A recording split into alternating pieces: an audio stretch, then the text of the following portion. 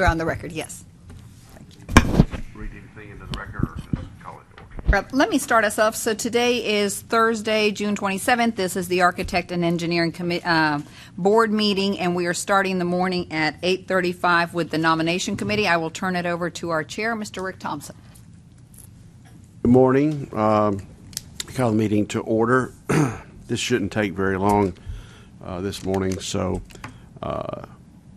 today we're going to, I think, confirm our nominations and of course open the floor to any additional nominations here, and that will occur at the board meeting as well.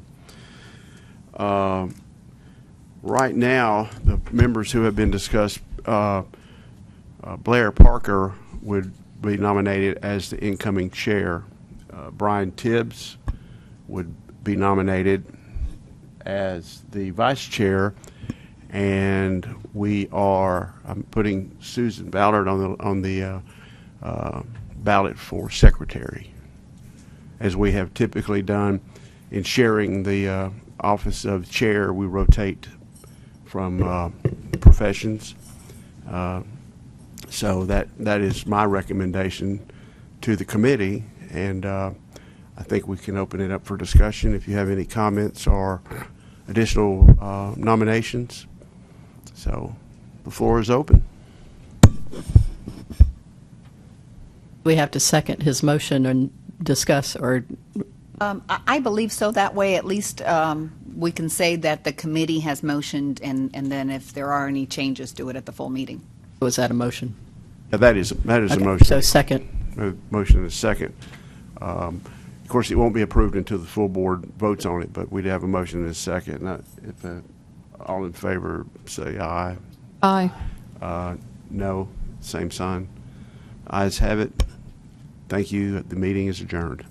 Thank you. Hey, can I put you in charge of all my meetings? Well, we've been having conversations with Mr. Parker about how we run a meeting. No, just Congratulations to all the new. Yes. Very deserving, and will do a fabulous job. yeah. Mr. Campbell, we're on the record. All right.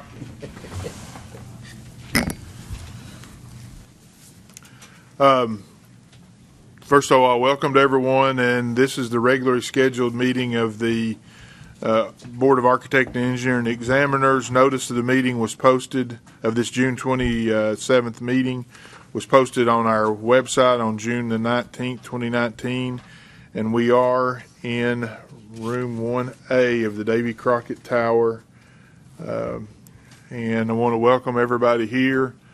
I can tell that you all are excited as that this is my last gig as chairman, and I know that creates a tremendous amount of joy in our board, and it creates a hell of a lot more joy in mine self too. So anyway,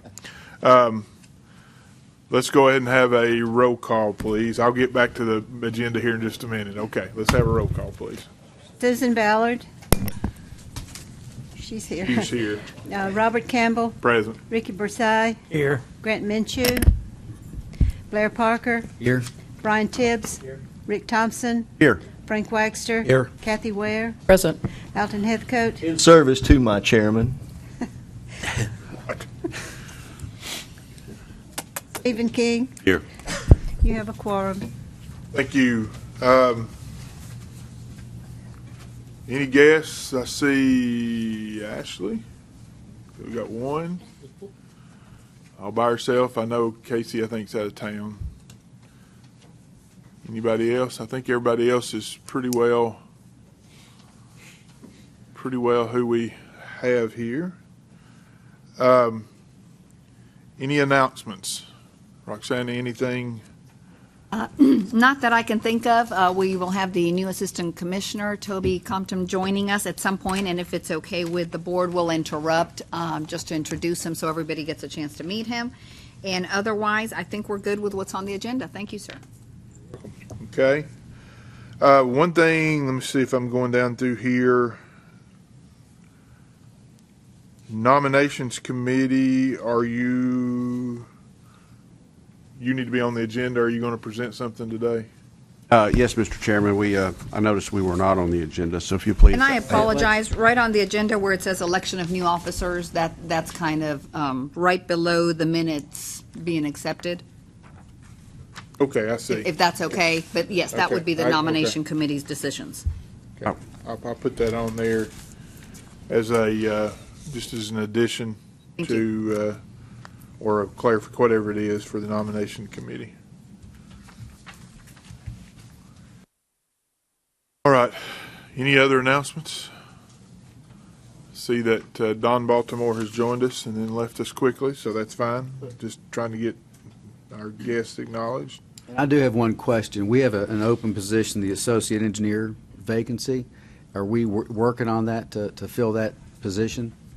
So administration has been asked to work very closely with the governor's office since we have a new governor and new individuals in line. Every program has submitted not only the open positions, but those with expired terms. So we've actually done a full effort on all of our programs, and hopefully that will expedite the process. They have also, through administration, added a feature online where interested individuals can submit their information, select the program they're interested in, and directly through us give us that piece. So we're not just waiting on things to be mailed to the governor's office or to a particular individual. So I think I've gotten 4 or 5 of those for different programs. So I think that's going to, if you know of anyone that is interested in that position, you can recommend that they come in through Commerce and Insurance. And I can't tell you right now exactly where it would be located, but they can actually fill out the application, if you will, showing their interest, add a resume, and so forth. So that's new. Thank you. Question. Anything else? Any announcements from anybody? Nothing? Alton, you don't have anything? Alton's got donuts in the back, so he's trying to kill us all. All right, well, we'll move on then. Like I said, the only change on the agenda is just a clarification on election of new officers that the nominating committee, that'll be what they end up presenting. Anything else on the agenda anybody wants to look at, review, change? All right, well, let's consider the agenda set then as printed with that minor clarification. You have your minutes on page 3 of your iPad.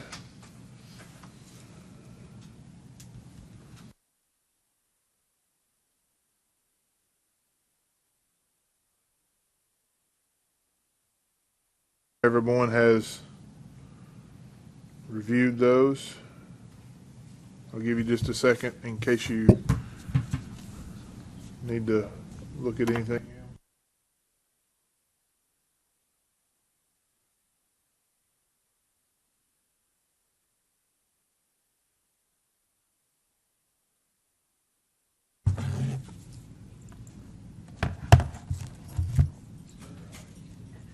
Oh, well, we'll be able to review them one of these days when we figure out how to turn our computers on. Well, I'm getting, and under iBooks, all I'm getting one thing is professional engineering division letter.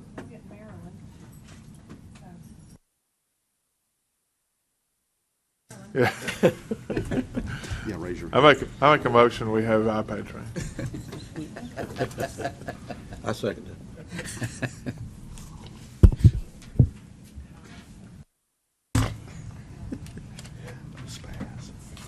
12-year-olds in the room, please. Can I ask a question while we're? Yes, sir. Just dawned on me about the appointment of the associate engineer member.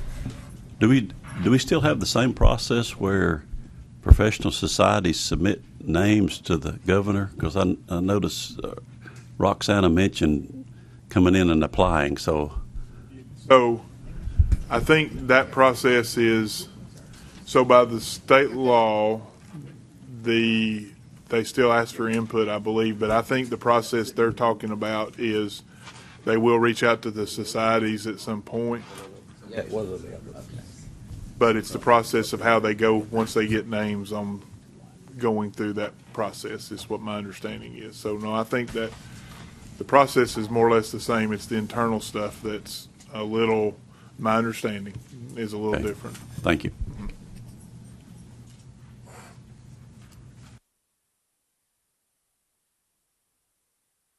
All right, everybody there, looking at the minutes?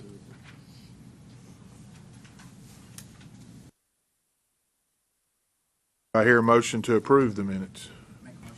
All right. Second. Second. Any questions? All in favor, say aye.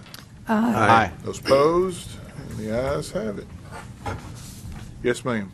I'm looking at our agenda relative to old business. Is there an old business?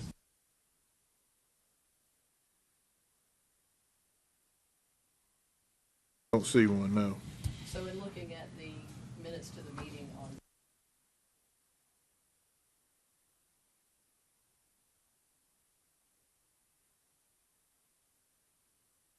history of QBS complaints against registrants, I just want to make sure that that did get addressed as old business. So Kathy, let's add that under old business.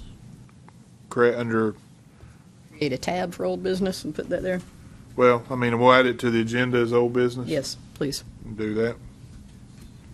And it was a QBS question. I may have you, Yeah, it was captured in the minutes, but we can repeat it and ask what the answer is.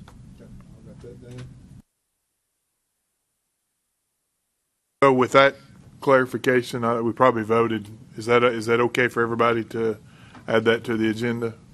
I'll just look by a nod of heads, okay. Also, Wanda, if you don't mind, sorry, I know you're, let the record show Grant's here as well, please. Okay, good deal. Morning. Very good, thank you. All right, professional society reports.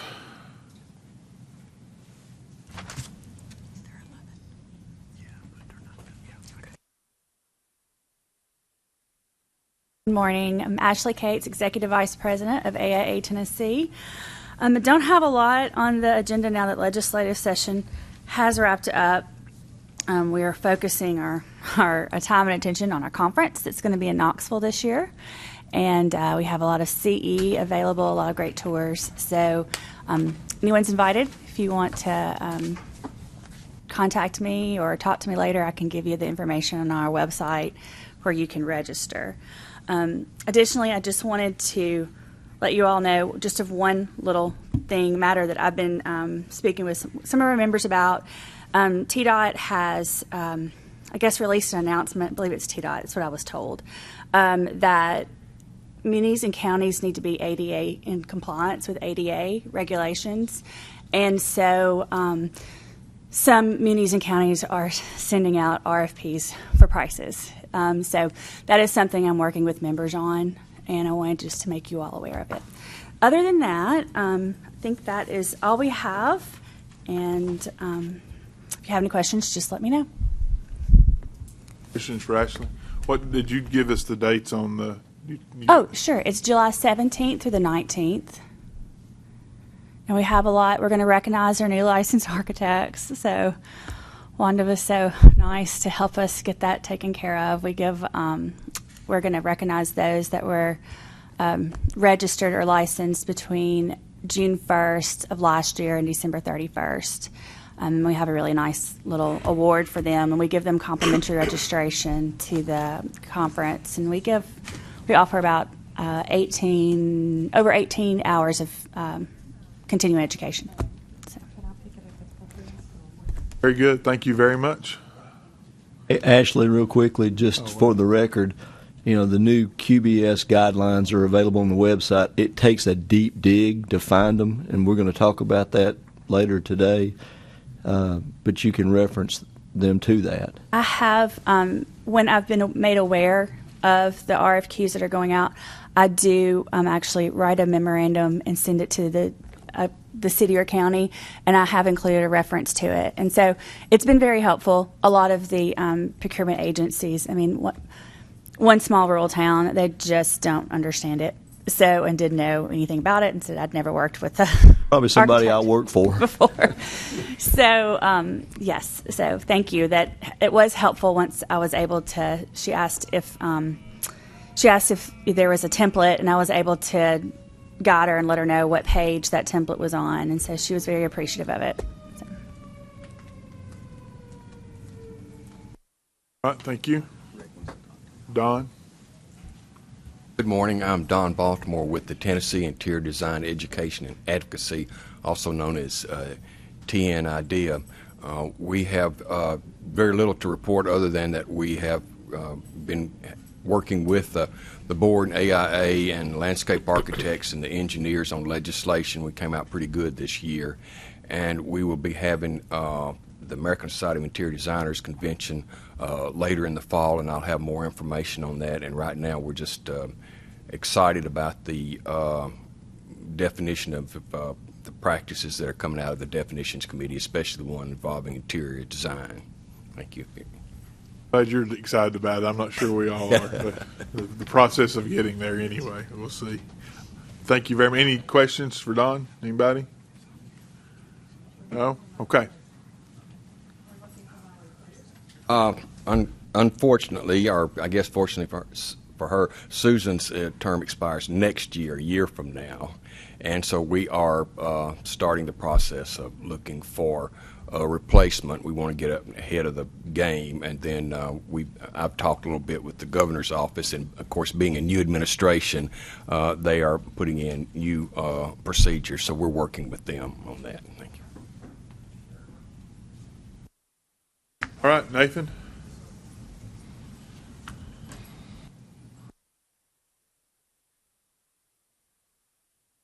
Morning, Mr. Chairman. I'm Nathan Ridley. I'm here on behalf of the Tennessee chapter of the American Society of Landscape Architects. I have a couple of things. The national convention for the landscape architects they've picked a great city this year. They've picked several great cities. Nashville's 2021, but this fall, and they're going to be in San Diego, California on November the 15th to the 18th. And our chapter tries to send a delegation to that. And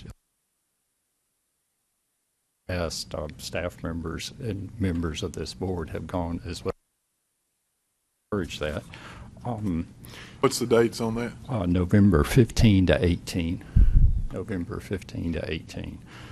It's just a city, constant year-round, and as Don noted, at those conventions for the practitioners, it's a wonderful place to work on your continuing education to get those. Not this week. I apologize. I'm a little bit off my game. I got a little bit of College World Series hangover here. I've watched my little Vanderbilt team too long, but they're going to bring home some hardware this afternoon. That's pretty exciting for a school that doesn't have much athletic success on the national stage. They had a big time last night in the baseball stadium. They had a watch party. It was pretty cool. They did, yes, Yeah, and ended cool. up in the gym for inclement weather. So that was all kind of an adventure of good planning and consolidated design work, but that's another conversation. Commissioner McPeak's last day was June the 14th, and she had a lovely reception in the Tennessee State Museum on the 13th, and I was fortunate enough to go to that and hug her neck and congratulate her for a job well done. And she's changing venues, but she's gone into private practice with a national, I'm not going to say that, but a national scope law firm that's going to open up a Nashville office, and I'm glad she's going to still be here in the Nashville community. I always talk about the legislature a little bit, and even though they're in recess now, as y'all all know, if anybody's got a pulse, that we've had a little bit of drama with the House of Representatives here in Tennessee. The Republican caucus has decided to meet on July the 23rd, just in the next few weeks, to come up with a nomination. Sounds like they're working closely with Governor Bill Lee to set up, to have him call a special session in mid to late August to have that person officially be sworn in. Close a chapter that's been a little bit difficult here recently, so that'll be good. Like most of my clients, the landscape architects, you ask them, are there things you'd like to change? And they go, no, if they just leave us alone. And stability in the leadership status makes that easy. And then for y'all, from a little civics bit, in the big cities, we have local elections. And nobody ever turns out for those compared to the national elections, because you spend $1 billion and you can gin up a little bit of turnout for a presidential race. But the race that really affects you is who's your mayor and who's on your city council. So I would encourage you to have your colleagues and your employees be sure the registration deadline will be July the 1st, for example, for the August 1 election here in Nashville. And that's all I have. Happy to respond to your questions, comments. Questions from anybody? Thank you all. Go ahead, yeah. I'd like to add one thing, too. In the recent ASLA conference held in Memphis, we did something this year that we had not done before, and that was with the new registrants. We talked about the new registrants and presented them with a nice little token of congratulations and whatever. And interestingly, I had done that with Ricky with the engineering group a couple of months earlier, and then I know that AIA does that as well in their programming. So I bring this up only to say it was a great success because I had 6 people afterwards come up and say something to me that very night about how important it was to identify those people. So thank ASLA Echo on for that for this old lawyer. I got to swear in my son before the Supreme Court, which is the licensing agent for lawyers 10 years ago, and it was very powerful for both of us. And sometimes as we get a little bit of gray hair, we forget that that's just another thing. But for the folks, for it's the first time, it's a very powerful experience on a host of levels. And shame on me for forgetting that, because that may have been. I mean, we had a great venue and a great state conference in Memphis, but I'm like Blair. I thought that was probably the coolest thing that we did. So. Cool. Thank you. Okay. Thank y'all. Thank you very much.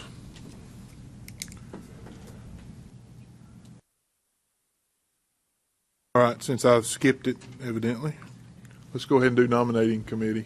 Sorry, I got that out of order. your way of No, just continue. no, I'm not trying to, it's not a coup here. People with coups end up with a bullet in their head eventually, so I'm not trying to do that. Go ahead. Thank you, Mr. Chairman. As they always say, it's better to be the kingmaker than the king sometimes. All right. We had our nominations committee this morning. Some discussion. We had a nomination slate, and I will read that into the record, but there has been some possibly some other candidates that would like to be considered, and we will entertain that today as well. So the slate that we nominated this morning and was approved by the committee was for incoming chairman would be Blair Parker, for vice chairman would be Brian Tibbs, and the secretary would be Susan Ballard. However, there was some discussion about the rotation would need to include an engineer, as Susan was previous chair. So rolling that back in would eliminate an engineer opportunity. So that engineer that is being considered and has not been nominated, and I can't nominate them in this committee, would be Ricky Bursai. So I put that on the table for approval. As I said earlier, the slate does include Susan. So Susan, I think you are in agreement that would be a conflict as previous chair rolling back on. So I'm not sure about the procedure on this. Can we amend the slate, or do we need to vote on? I think you can amend the slate, and we can have a motion and a second and vote on who the chair, vice chair, and secretary would be. Okay, all right. I'm sorry for the sorry for the confusion on that. No problem. So I'll ask that my name be removed from the ballot. Okay. Well, thank you. You want to go ahead and substitute Ricky for that? I'd like to recommend that Ricky Bursai be nominated as secretary. We have a motion to, I'm trying to think if it's coming from the nominating committee. Let's do it this way. If you need it, I'll second it. Well, I think the motion needs to be more approve the slate as presented with the substitution of Ricky Bursai for Susan Ballard. And that is something that, because your original motion is going to be. My original motion would be to approve the slate that we had voted on this morning, and then Susan being on the nominations committee, would that be technically the nomination? I hate to. Would it not be cleaner just to deny the first. Yeah, make the motion. We'll deny it, go My on. motion That's- is to that's probably better. consider or approve the original slate, which was chair as Blair Parker, vice chair Brian Tibbs, and secretary Susan Ballard. Okay, so we have a nomination from a committee, so it doesn't need any second. Do we have any discussion? None. All right. Would All those in favor, say aye.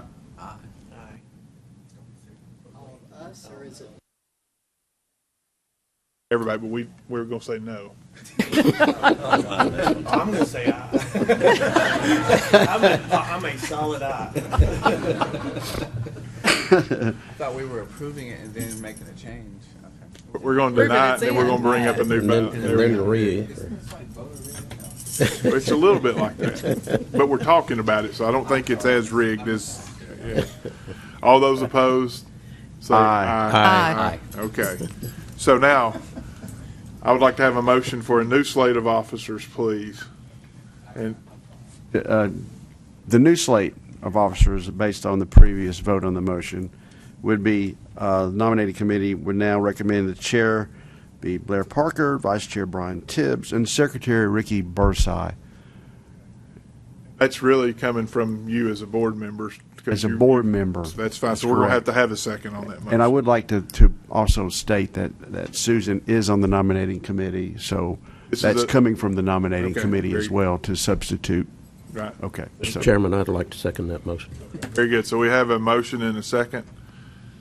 Any discussion on that? And understanding that that was a request that Susan had made, and based on the different parts of what we're looking at as far as succession and rotating through the different industries. Yes, ma'am.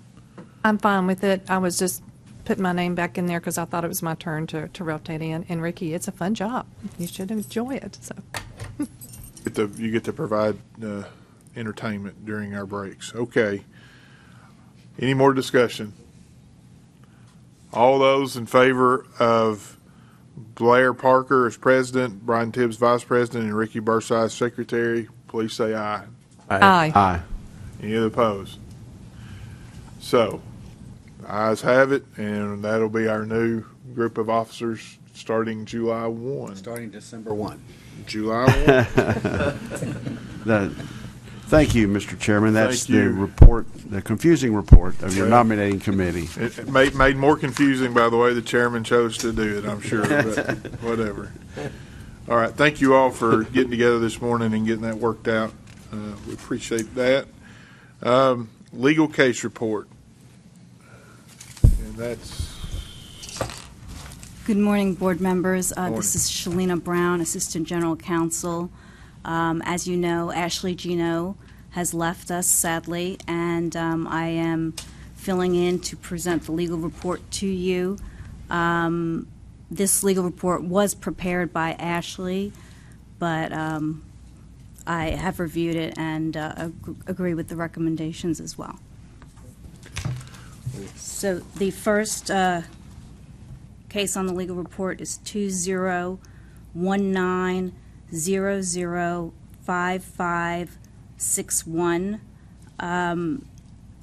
This complaint involved a respondent that entered into a consent order in another state for failing to report disciplinary action in another jurisdiction. There was a misunderstanding on a certificate of authorization, and an incorrect certificate of authorization was submitted. A mitigating factor here is that the complaint opened against the respondent for the discipline in the initial jurisdiction was closed with a letter of warning / caution. The recommendation here is to close. you've heard the complaint and the recommendation. Anything?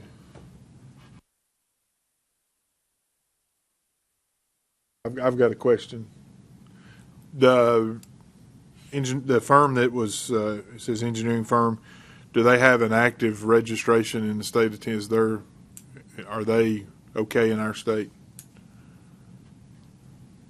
It says it was in another state, so I'm assuming their You mean is their certificate of authorization? Yeah, is it good in our state? Up to date? Yeah. Yes, sir. Okay.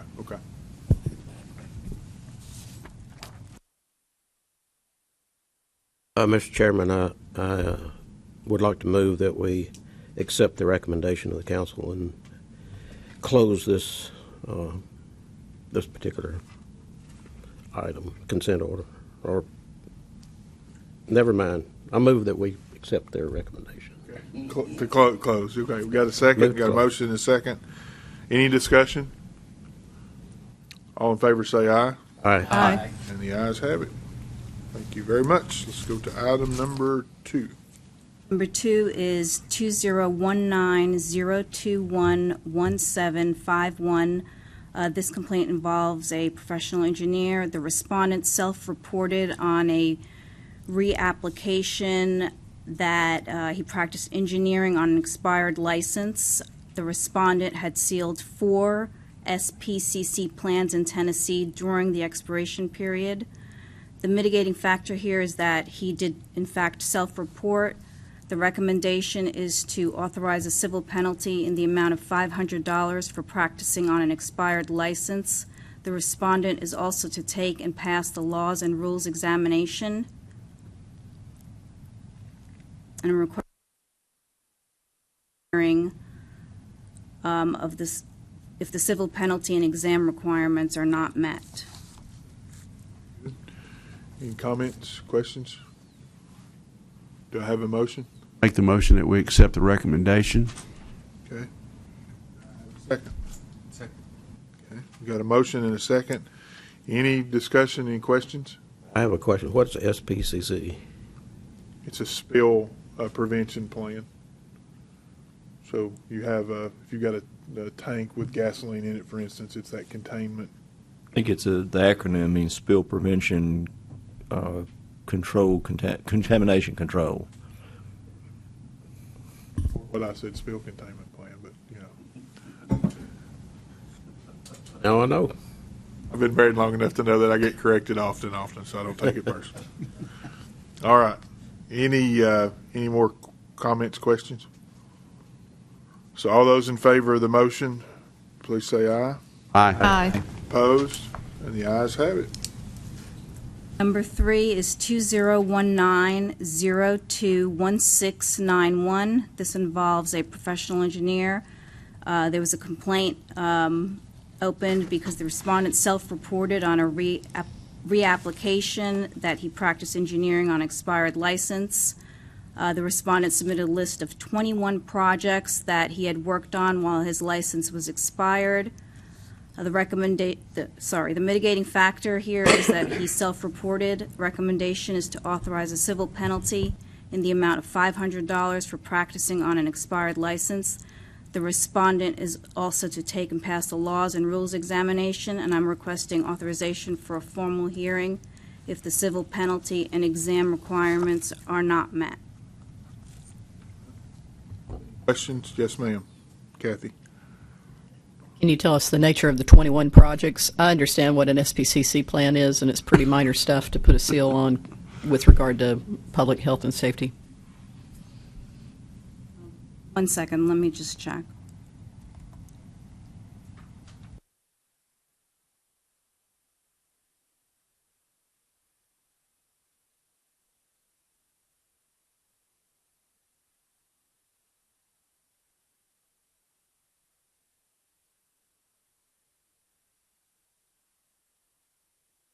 It looks like these were mostly municipal projects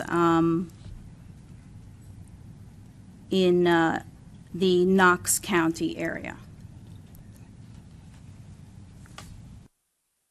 Is that all you got? You don't have any, you can't Didn't describe the describe- nature of the projects? Exactly. I just have a listing of the project and the city. Can you read And- out the list of the projects? The names, you said you have names of the projects? For Chapman Triangle, Commercial Development, Parkview North, Senior Independent Living, K-Coms Dental Facility, Appalachian Dental Facility, Clayton Mobile Homes, Rutledge, Tennessee, Spencer House, City of Knoxville, Time to Shine, Corporate Office, in Knox County, City of Loudoun, Azalea Place, assisted living, direct mail services, commercial facility, Parkview, senior independent living, Barnard Road improvements, Knox County, Broome County Community, independent senior living, church at Sturchy Hills in Knoxville, Carnes Animal Clinic, Knox County, Thomas Tuning and Service, Knox County, Broadway Glen Subdivision, Knox County, Sutherland Concord Townhomes, City of Knoxville, Concord Hills Sewer, Knox County, Moody Property Residential Use on review, and Mighty Mud Commercial in Knoxville. All right, thank you. It's good to have those lists of things because it kind of gives you an idea of the difference in scope. And I'm going to get to you, Susan, but that's a fairly substantial list. That's a year's worth of work. Over a period of how long, too? Can you explain that? It's at least 2 years. It was during the expiration period.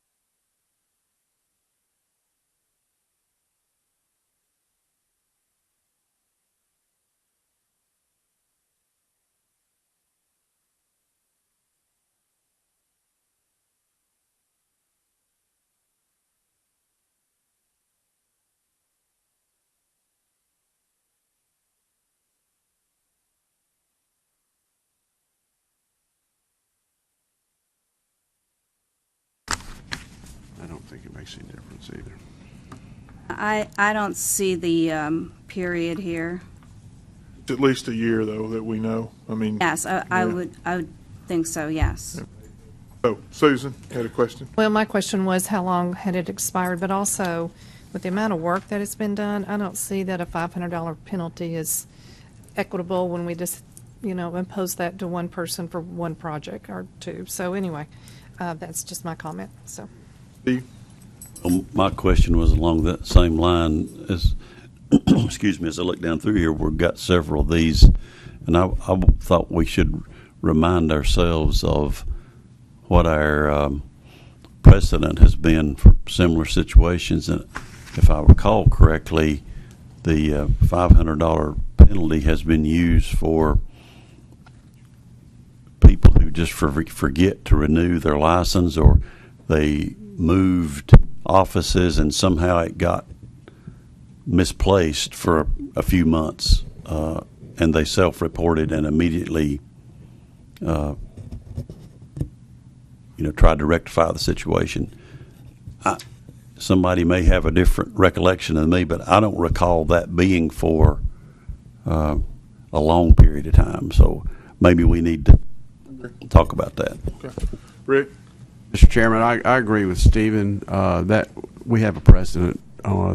This is way too many jobs for somebody, and I don't even know what discipline they are, but it doesn't make any difference to me whether it's a year or 2 years. It's 21 projects that they executed that in the past I think we have used a fine or a penalty on each project. And if we did a $500 assessment on each one of these, it's $10,500. This person was way out of line, and I will not vote for a $500 fine. Alton? I think the implication of the time and the magnitude of the number of projects that were associated with this ought to be listed as an aggravating factor. Agree. Yeah, and I think we're all in agreement. 21 projects is not just a simple oversight. 21 projects is not paying attention. And the level and scale, go back to the SPCC plans. those are fairly relatively minor from a time that it takes to do them, and like Kathy said, the impact that you have. So I perfectly well agree that it's lumped in kind of with a, hey, I forgot and I did these small projects. They're not very, they're just not very involved. But the type of projects that are listed here tend to look to me to be site grading and drainage plans for a number of clients over a number of areas, and that's a lot to just forget your license for that period of time, you know. How do you know that? How do you know it's just site grading? Well, just based on where those sites are, the list of the sites. I agree with Church at Circuit Hills are right down the road from me. Clayton Homes. I mean, I know where these sites are. A lot of them. Yeah, I just know where these sites are. So, yeah.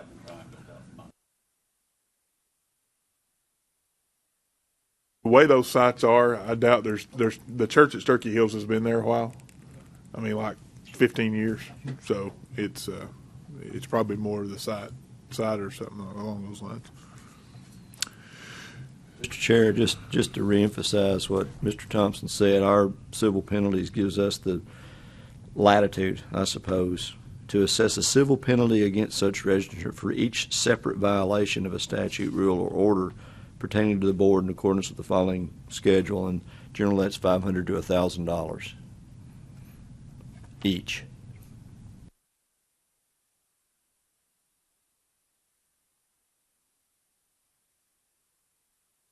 On the motion. Mr. Chairman, I would like to make a motion that we assess this penalty of $500 per incident on this on these infractions. That's just way too much.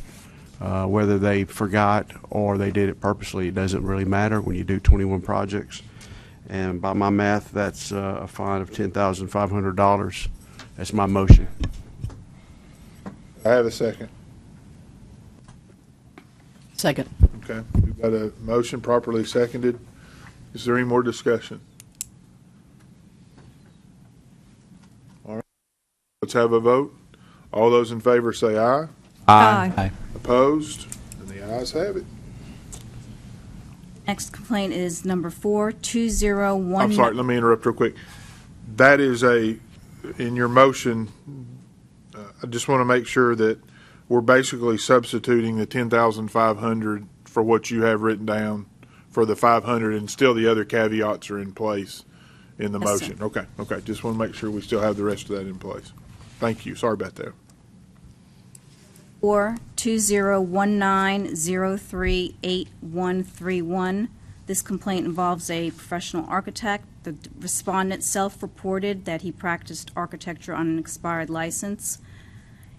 The respondent did explain that he was not aware his license expired until he attempted to access the state fire marshal portal and post a project. The mitigating factor is that he self-reported. My recommendation is to authorize a civil penalty in the amount of $500 for practicing on an expired license. The respondent is also to take and pass the laws and rules examination, and I request authorization for a formal hearing if the civil penalty and exam requirement. Yes, one question I have, kind of based on what we've been talking about. I don't see anything in here that indicates how many projects he might have sealed while he had an expired license. It appears that it was only this. Well, he hadn't sealed anything. He just attempted to access the fire marshal portal and realized. Yes. Okay. All right. That being the case, I move we accept the recommendation of the council. A second. Second. Mr. King? I just want to point out that looks like his license, or his or her license, expired the end of March of 18.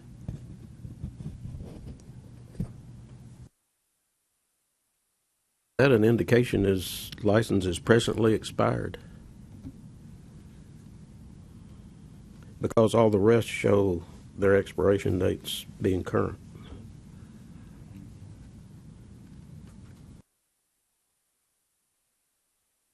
I believe he has renewed the license. He submitted an affidavit on the expired license as well to get relicensed.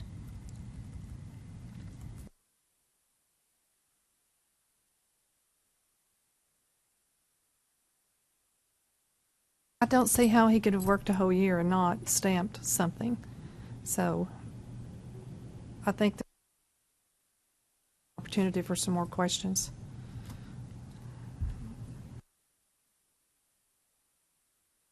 I don't have any additional information about any of the other projects.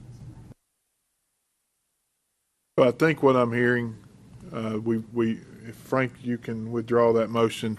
I think we need to take item number 4 and let's go back and ask a few more questions. Question number 1, were there any other projects that you sealed during that time? Question number 2, is your license currently active?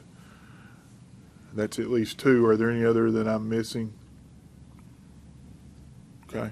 Mr. Chairman, I'll remove my motion. Let's postpone that till we get some additional information on, because you're right, that's a year. In a year, it's, unless it's a heck of a project, it's tough to think that that's the only one. All right. Number 5, complaint 2019038161. This involves a professional landscape architect. The complaint was opened against the respondent that had self-reported that he practiced landscape architecture on an expired license. The respondent explained he sealed 2 drawings on landscape plans while his license was expired, and explained that he also failed to renew his license as the result of several personal issues, including caring for a parent in failing health. The mitigating factor is he self-reported. My recommendation is to authorize a civil penalty of $500 for practicing on an expired license. The respondent is also to take and pass the laws and rules examination.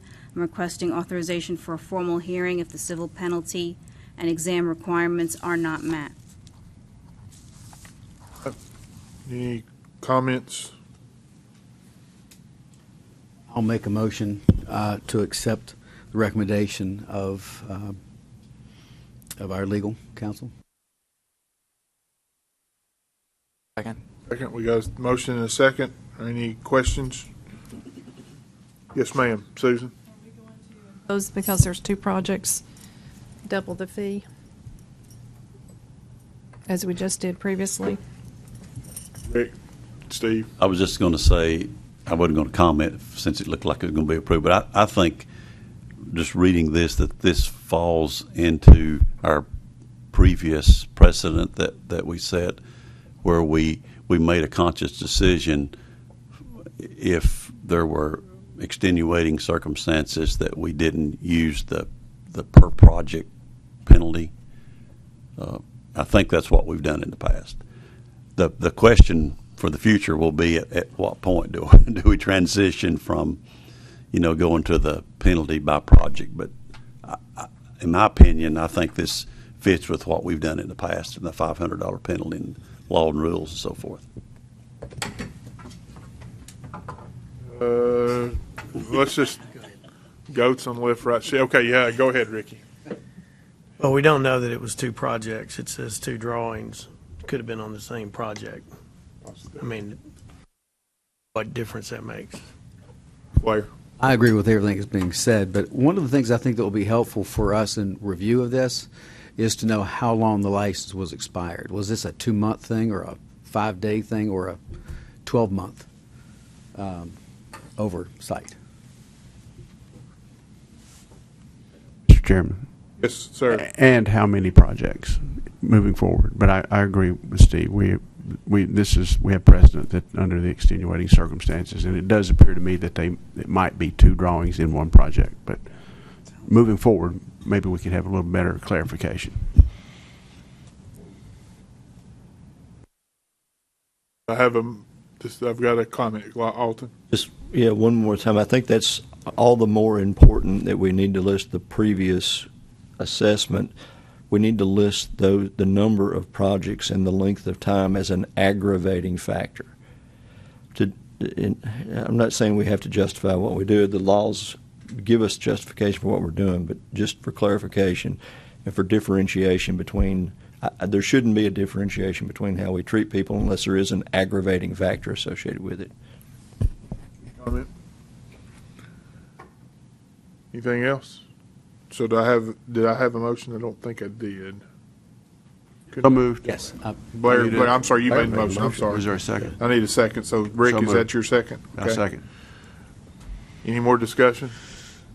All in favor, say aye. Aye. Those opposed? And the ayes have it.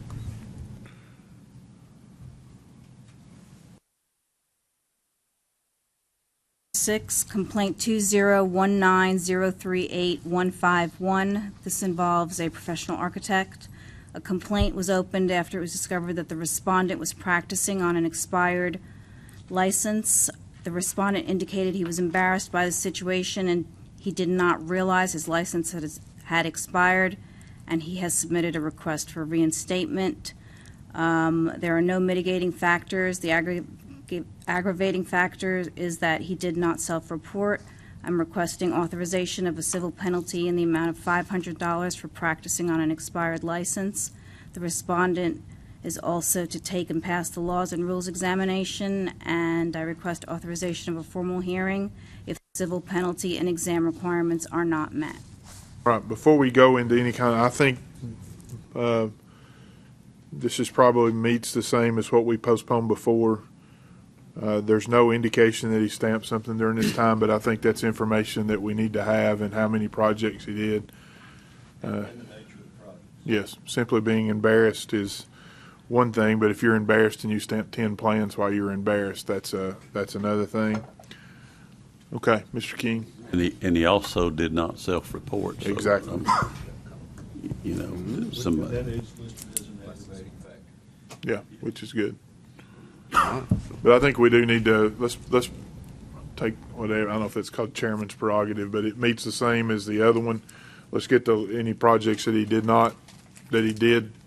stamp during this time period. And let's bring that back again next month and try to adjudicate it at that time. Sir, and that concludes my legal report. Very much. All right. Legislative updates.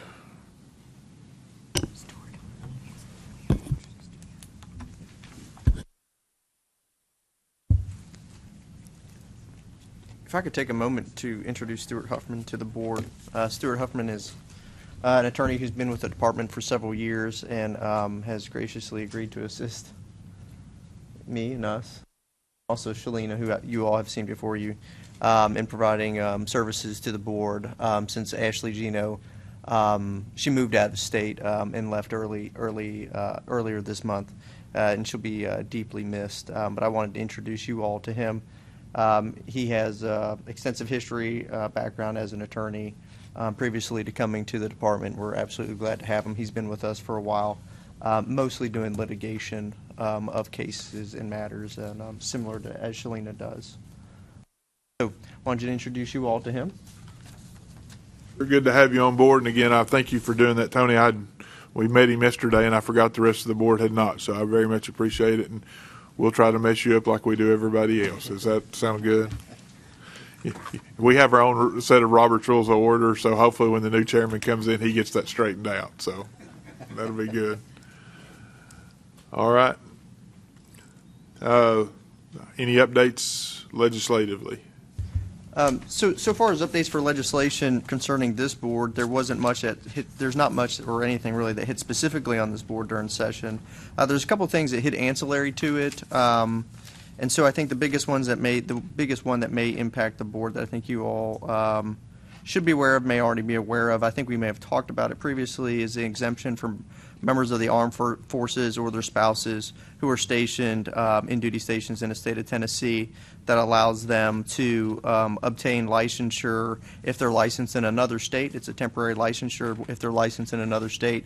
It creates an exemption for licensure in the state of Tennessee.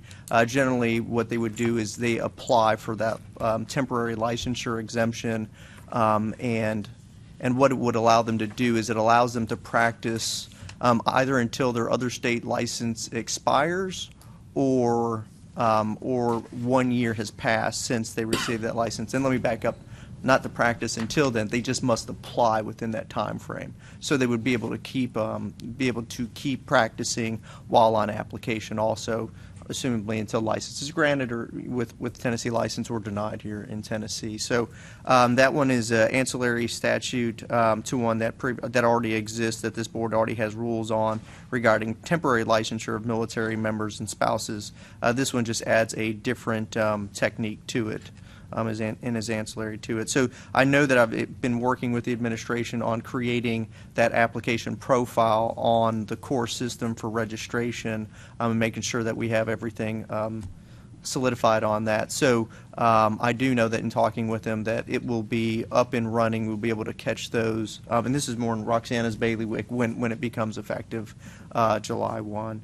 Other than that, there's nothing that specifically hit on the board in looking at the documents that we reviewed during session. Going forward, though, I have from time to time found things that we did not review or weren't asked to review that may have pinged something else that you all may be aware of. So with that concludes legislative update. Thank you very much. Next item is rules. Nathan, did you have a question? I'm sorry. Mr. Chairman, I'm terribly out of order, but it affected more than just this board. But effective next year, you don't have to pay the $400 professional privilege tax. Any of the professions regulated by this board were exempted by an act of the legislature. You had to make that June 1, 2019 payment, but effective June 1, 2020, all professions, I'll leave somebody out, but there were just 4 or 5 doctors, lawyers, stockbrokers, and lobbyists are the ones that come to mind quickly. But to me, that was a coup for the because we talked about it before. It wasn't like a group of folks got together and said these folks should pay an extra amount of gross receipts tax or anything like that. It was purely revenue driven, and how many professional groups do we need to fill a budget hole? So it's something the 3 of the 4 professional societies have worked on for quite some time. And it's broader than just this board, but for the 10 or 12,000 people that we regulate, it's going to make them very happy. Thank you. And thank you for bringing that up as well. That's a really good deal, and I'd hopefully it does. Hopefully, it also helps us even on an administrative side, because we end up with people that, for whatever reason, don't pay that, and it does kind of clog up the machine sometimes trying to go figure those out. So hopefully, it kind of helps equal out a little bit. All right. Very good. Rules. So far as rules, we had worked with the board previously on rules regarding clarifications of offering to practice. If you all remember, this was a set of rules that were originally attempted to be moved last year in the summer, and we received some questions at the Government Operations Committee, which removed some of those. And we had 2 filings at the same time that hit the same rule, which created a need to pause so that we made sure that we clearly did that. So the offerings to practice rules that you all had previously approved by proposed rule has been passed through the Attorney General's office on first review of constitutionality, and we will be working with them in the Governor's office for final approval before it goes and gets the signature of the Attorney General. So that's kind of an update on that. It's going through the pipeline fairly fast, given that rules generally have between 17 and 22 steps as the processes they have to go through. So that's the update that I have for you all on that one, and I'm not aware of another one that is in the pipeline that has not already passed and been effective. Go ahead, Kathy. Yeah, is that in our is that in our packet? It's been so long. I was going to reread them and see what they said.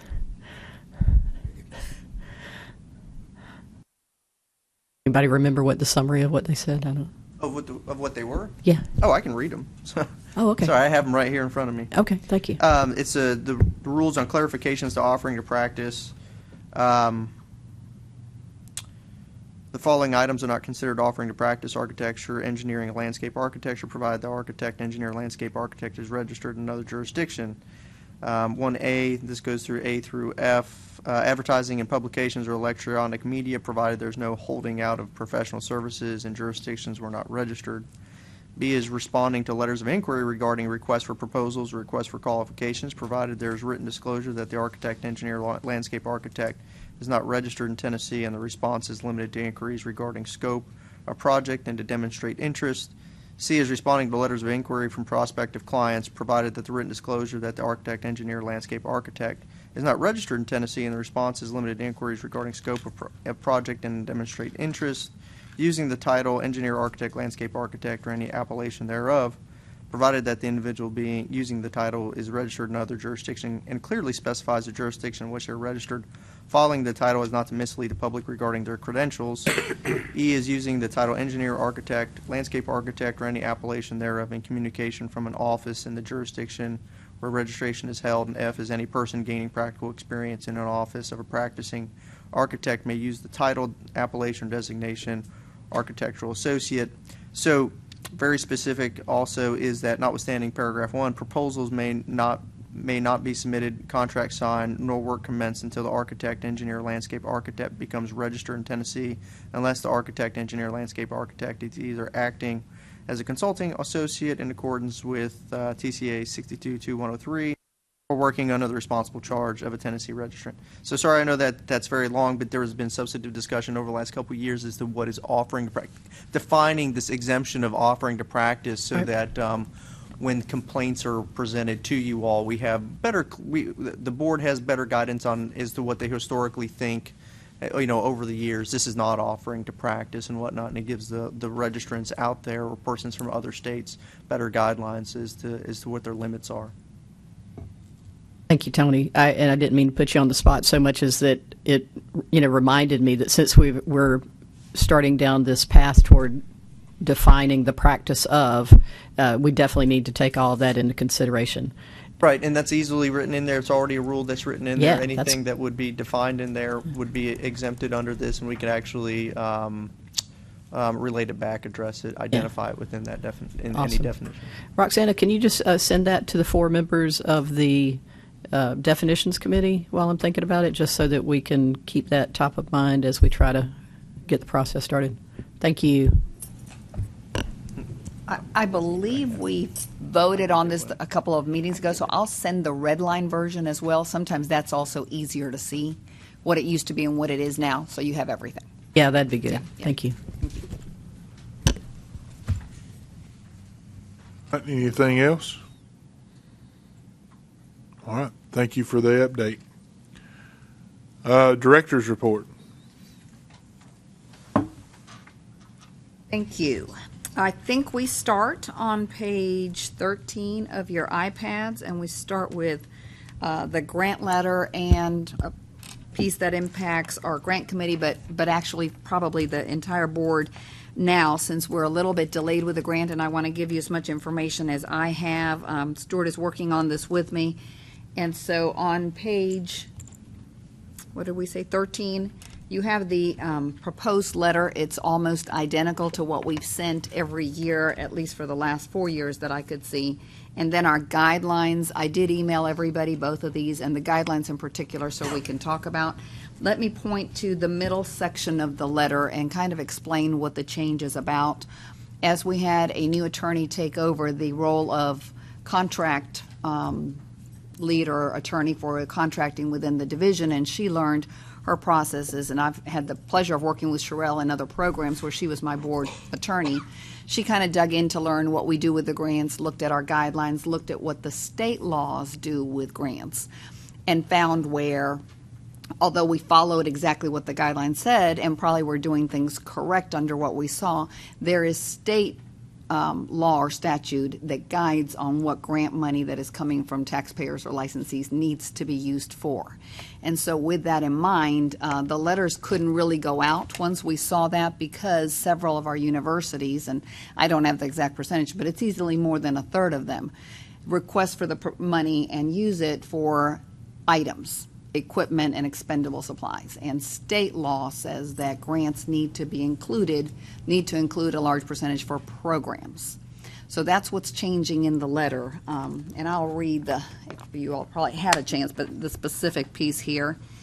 The proposals, I'm in the middle of the second paragraph. The proposals submitted for the grant applications for this year should be for the primary purpose of financing operations or program activities, which include, but is not limited to, programs to pay intern development or examination fees for students.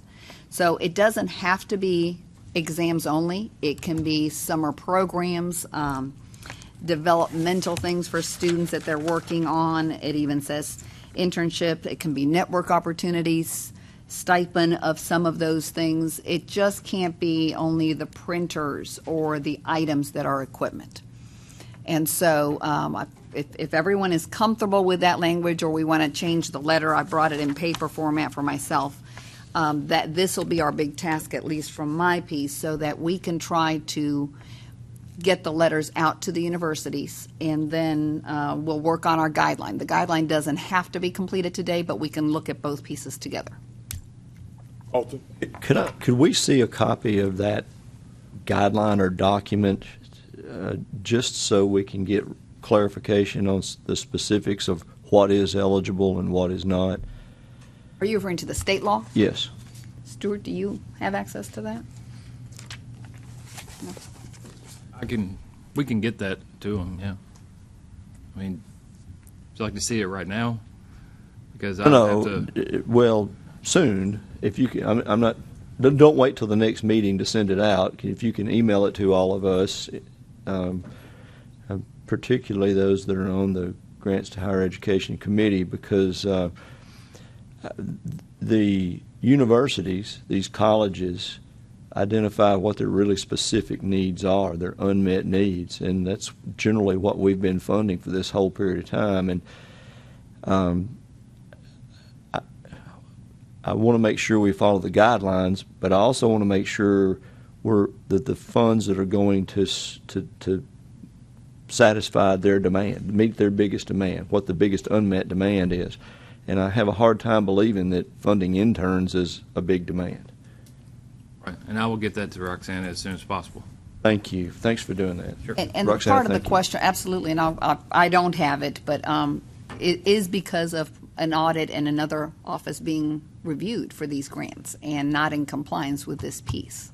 So the state law would trump our guidelines, now that we at least know we're not completely in line with it, which is the reason that the letters were delayed a little bit. So I will get that out as soon as I have it. Stuart, just because you're new to all of us, we typically have these letters out in May, and then they're to respond in August. So any delay we have is just going to make it more complicated. In October, we vote to approve the grant applications, and so we're trying to keep that on a schedule. But going back, Roxanne and I had a brief conversation, and I actually checked with one university. Not every university requires that the students take an examination for graduation, and depending on the program, interior design has an in-house graduation examination at the University of Tennessee. I know engineering, some of the schools require it, some of them don't. So we need to look at, if they're going to use these funds, what's a good general across the board that we can say, this is our ratio, the money being spent for examinations versus equipment. And the universities may not allow the money to be spent. So this whole situation is kind of a fruit basket turnover right now in terms of us getting things on track and making sure that we're not in violation of the state law. So I don't want us to delay the grants if possible, but we may not being awarded till December, depending on what we find out and how fast we can do it. So we're on top of it.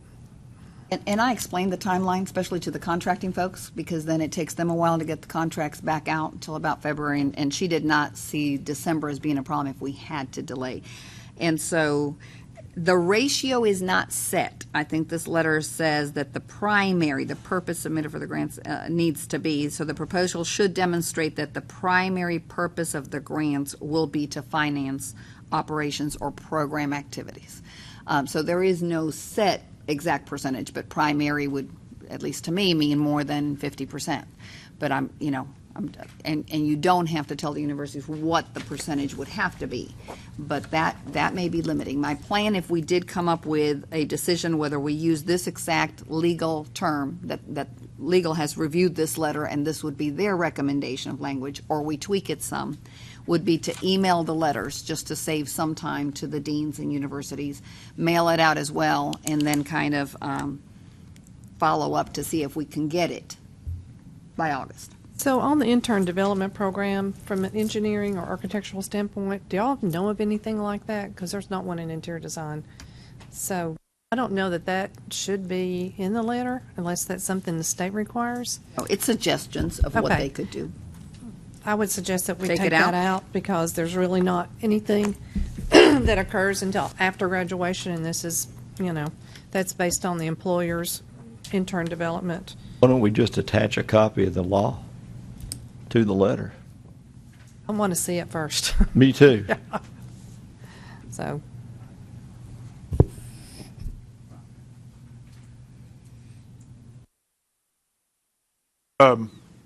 Okay, so those are good comments. One thing that I think if we can add a little bit to is I think we need to understand, is there any line defined about financing operation or program activities? In my world, I could say that a program activity is a new spectrometer or something that we're using in a program, some sort of something. And we need to understand what, go ahead, if you need to, okay.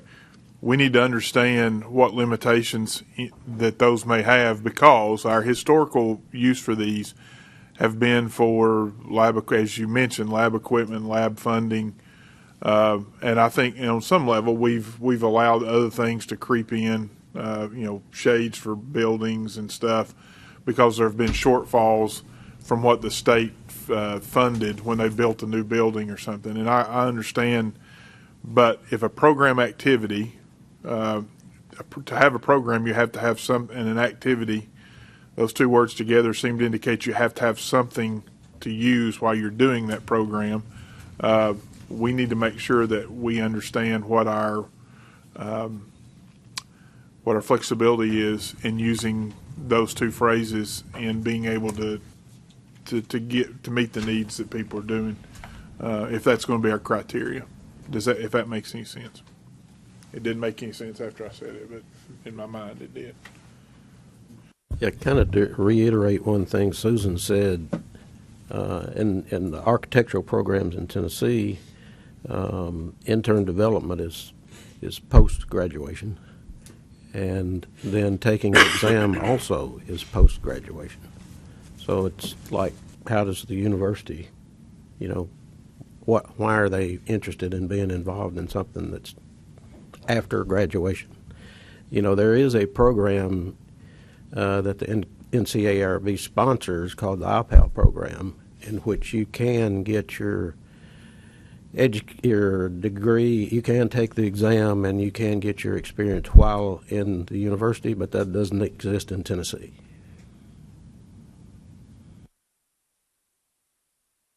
I have a two-part question. Is there something critical about the time frame for getting these letters out? I mean, I'm assuming that the universities would like to know what to budget, but I mean, if we missed a couple of months, I'm not comfortable sending this letter out in the format that it's in right now, without having a lot more knowledge and information, because I think it may be a little misleading, or it may encourage them to do something that they really don't have an unmet need for. And until we can get that clarified and quantified, even if well, that's one of the reasons why I wanted to see what the actual law was, and then if we can amend the letter based on what we can sort of agree should be its actual content. I'd rather wait a while and get it right than send it out and have it incorrect. So at least from contracts perspective and timeline, if we delayed all the decisions and final piece to December instead of October, it can still all be met. I think if we wait much longer, then you're pushing into by June 30th they can't finish it, and in our guidelines that's there. So I think that means I strongly suspect if we get the law that we can rephrase the letter, we can craft new language in the letter. The law is the wording from the law, and I'm not legal, so I can say that and be completely wrong, is crafted in this paragraph in the best layman's terms that Sherelle could put it so the universities would understand it. We can also include and mail out the law so they can read it. Our second problem is our guidelines haven't been tweaked to then meet that language in the law, and that's going to take us a minute as well. I'd still rather wait and get it right. Oh, yeah. No, I'm not saying hurry, but... And we can do that certainly by August. Absolutely. Susan? We could have a committee meeting by phone, and that would help us move this along. But just one example, and I'm using UT because it's in my backyard. They have what they call a fabrication lab where they buy equipment and they train the students to use it. And then they understand processes and how things are made and done. They have 3D printers. All these things are a program. It's a class that they take. So to me, the students are benefiting from the equipment that they're buying because they all have to take these classes. And I'm sure each program has their own version of that. But, I think we're going to have to trust, what they propose, as long as they understand what the guidelines are that we're having to include on top. But if they don't require the students to take an examination, I don't know how we can require them to. So anyway. But I think that what you used in describing a program, I think some of this could be in the way the proposal is written. The program we offer is, and you explain the program, and to offer the program, here are the items we need. That I questioned, and that would meet the requirement, 100%. So it doesn't have to just be exams, because after we spoke, I was concerned. If not everyone's testing, then the grants are never going to exist the way the board wants them to exist. So that would be a good thing, but it would take the universities understanding that piece, that they're writing for a program. And that's why I asked the question about what definition is there, or is there any definition of what program activities and operations are that would be acceptable, so that we can help our institutions put that in the correct language and we all stay out of trouble. Okay? Because that's, at the end of the day, we all want to make sure that we're good law-abiding citizens, but we also want to accomplish our purpose here. So let me ask so that we can have a game plan. If before the meeting ends we get the state law, I will make sure that everyone is emailed so you do have it, because I personally don't have it either. The letter we are going to work on, and that's something that the grant committee can do telephonically. We can meet, and any revisions that we have going back and forth we can put. It almost sounds like we also, and I had planned on doing this in my email to the programs, is explain some examples of programs exactly as you worded it, Susan. It sounds like they're doing it. They just haven't needed to put that in the proposal. Correct, but that's just one example. I can't say for some other programs, but I'm sure it's the same. It just might be a different process that they're learning in the So, and everyone has the guidelines. Do we want to even address the guidelines, or do we wait till our next meeting when we have the letter first and then go backwards? Yes, ma'am. Well, we've got 2 corrections that we need to change. They're on your down iPad. there. Okay, great.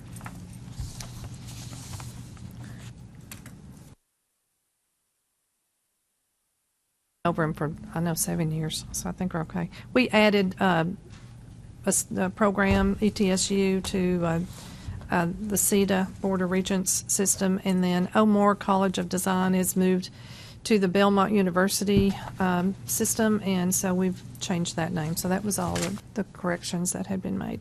So.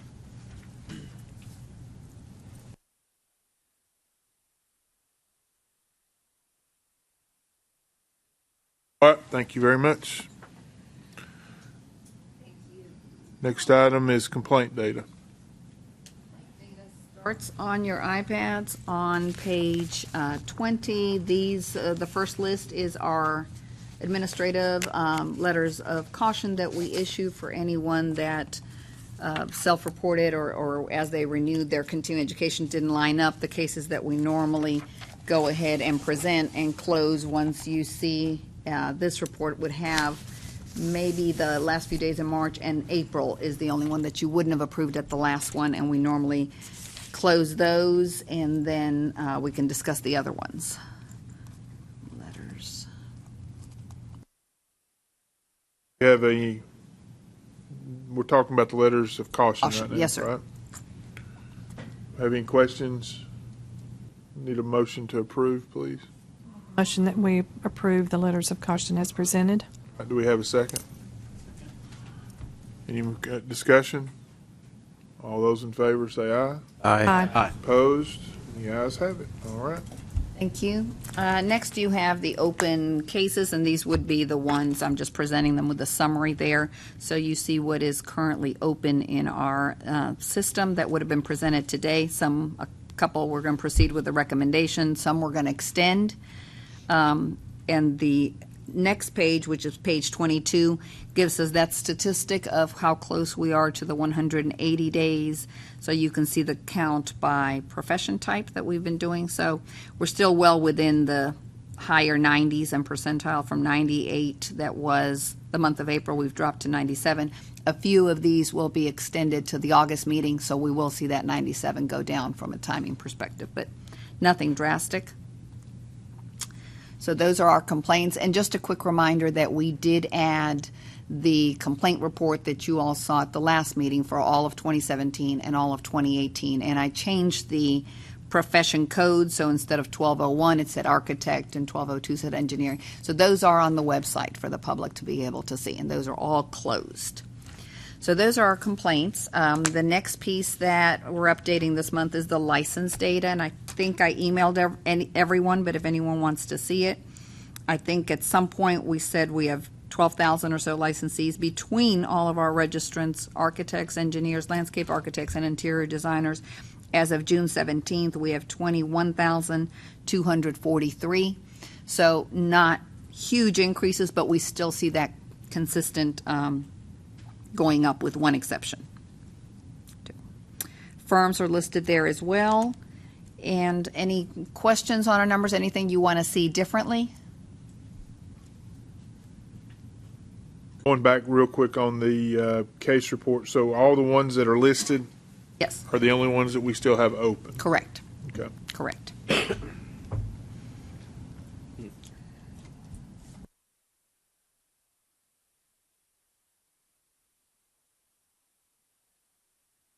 After the licensing data, we have our financials. We will have May closing, June, which is the end of, well, tomorrow is the last day we are working as far as the fiscal year for financial information. I think almost everything that we needed to put in has been put in.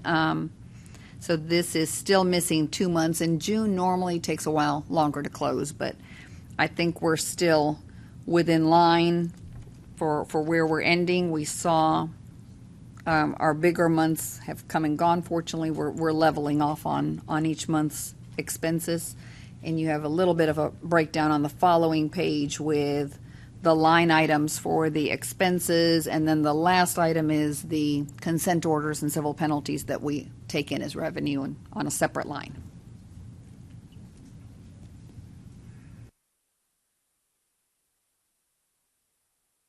Sorry, I was looking at the table and I may not have heard everything that you said. Did you explain what the in March of 19 what the $333,000 other cost was?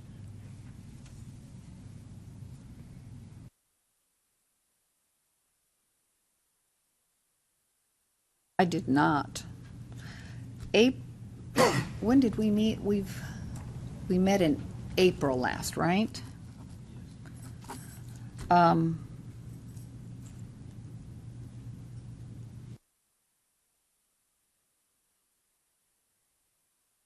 trying to think through what could have been billed in March, and I don't know what it is.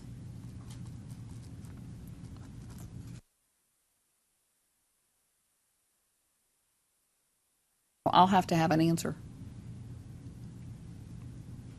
Because that's our largest month that completely changed, and it probably came through right after our last meeting. And then this month I have just the current month. So that's a great question, Alton. I appreciate it.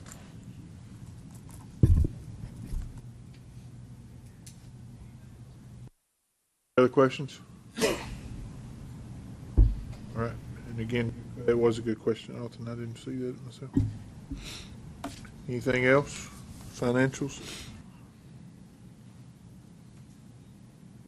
The last item that I have is the travel that Mr. Parker is going to go to. I wanted to make sure that we covered it for the CLARB meeting. It's in September, correct?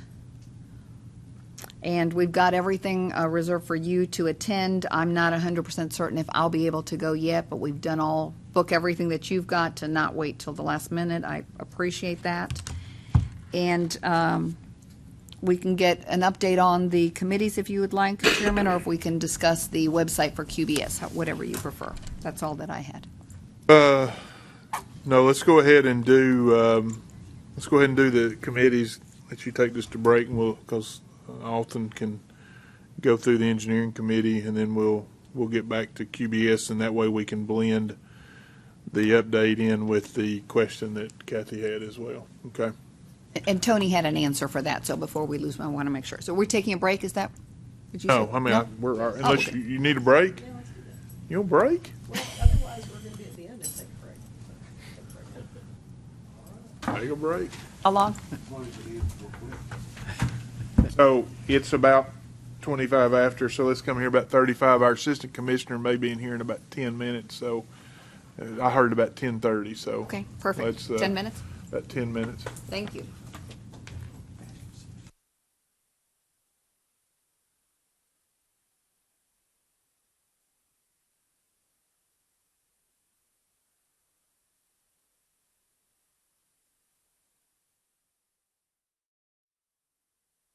I said 10 and turned into 15. So, I mean, I know we were having a lot of substantive conversations, especially when our architects got together back there. Please excuse us. I'm trying to figure out who was going to polish their shoes or something. We are all set, Chairman Campbell. Thank you. Thank you. All right, well, we would have an engineering committee report. So approved. So moved. Second, all in favor? Oh, Alton's going to give that. I'm sorry. Yes, sir. I've been threatened already about making this brief, so we met yesterday. Any questions? All in favor? Actually, one of the things you're going to like a lot, because it's kind of bragging on the architects, we're considering altering or maybe altering 62-2-304, the comedy issuance of certificate of registrations. The architects have what we think is a really good language, and what we're thinking about doing is maybe altering that to add the term engineer also, because it's very well constructed. Give somebody credit for that. Probably not you, Rick, but somebody credit for that. Let's see. Had a number of cases, as we always do. We went through and addressed each of those. We did discuss the Washington Accord, which we voted 5-0. I guess it was unanimous vote to accept and acknowledge degrees from candidates who graduated from universities accredited through the Washington Accord. I forget how many, 28. I think there are 28 countries involved in that. We discussed engineering technology degree and its equivalence to a engineering degree. There are 31 states that allow licensure through the engineering technology program. The requirements are a little bit different than if you go through a normal engineering degree, ABET accredited engineering. There will be a lot more discussion on that subject over the next probably several years. We decided to go directly to ABET and ask them what the difference between an engineering technology degree and an engineering degree is. We are sending 5 people this year, unless there's legal going, to the NCAAS national meeting in Washington, D.C. We discussed use of the seal. We discussed this last time, and we'd asked for some additional information, additional discussion. We had received a request from an entity wanting to know when use of seal was proper in their organization. There were letters that went out, or reports that went out unsigned and unsealed, and the deliberation is at what level do you need to put a seal on anything that you're sending out. And the notion was obviously plans and specifications, but even technical reports where engineers are making conclusions and recommendations, that can even be in the form of a letter if you're offering counsel based on your experience, education, and exam. Should be sealed. There was a concern about the comedy applications and the time frame it took to process those back through the system, and we asked the staff to give us recommendations about things that we may be able to do to decrease the amount of time or potentially the amount of information that may be necessary, and only get the critical, most relevant information in making those determinations. And the other thing that we addressed was quasi-engineering certificates. It seems to be a proliferation of new entities. It seems like it started with the home inspection people that would go out and inspect homes without any certifications or licensure. And now they do have their own certification program, but the fact that you hold an engineering license or an architectural license for that matter wouldn't necessarily qualify you to be a home inspector. Well, now there's floodplain coordinator and energy audit providers, and it just seems like, again, there's this proliferation of new certification processes that are sort of eroding all of our practices. And that's there's some other items that we're going to take up next time. We're inviting the architects to our next meeting. There's some issues that the State Fire Marshal's office has about what requires an engineer's seal, when it requires an engineer's seal for the review of fire alarms, sprinkler systems, and the architects generally deal more with that even than the engineers do. So we would like counsel and advice from architects, or their guidance on that, their opinion on that. And that, Mr. Chairman, that's my report. Questions?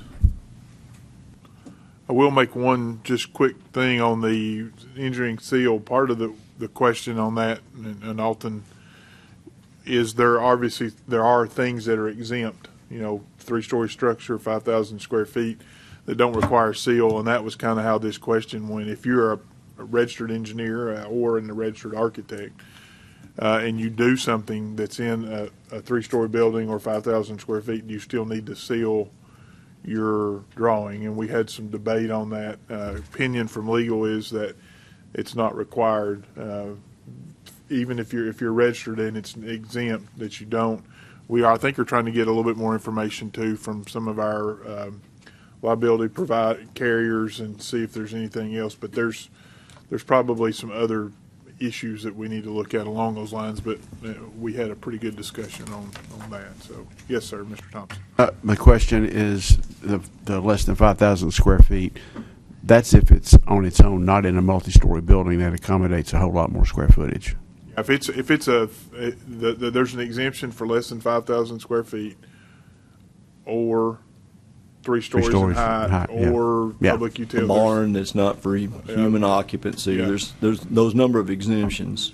So we had some opinions that maybe you should stamp that if you are a professional engineer, because you've got the ability to do that. And there's some other things that even on a 3-story building, an engineer's required to do, maybe size the beam or do some other stuff. So we had a good discussion on, and that's what kind of spurred this on. So we may travel down that road a little bit more together, because it will impact. Great subject. You're actually using your professional licensure and you're making decisions that are based on the public's health, safety, and welfare. There's a pretty good chance you ought to seal that. I don't disagree. Thank you. Yes, sir.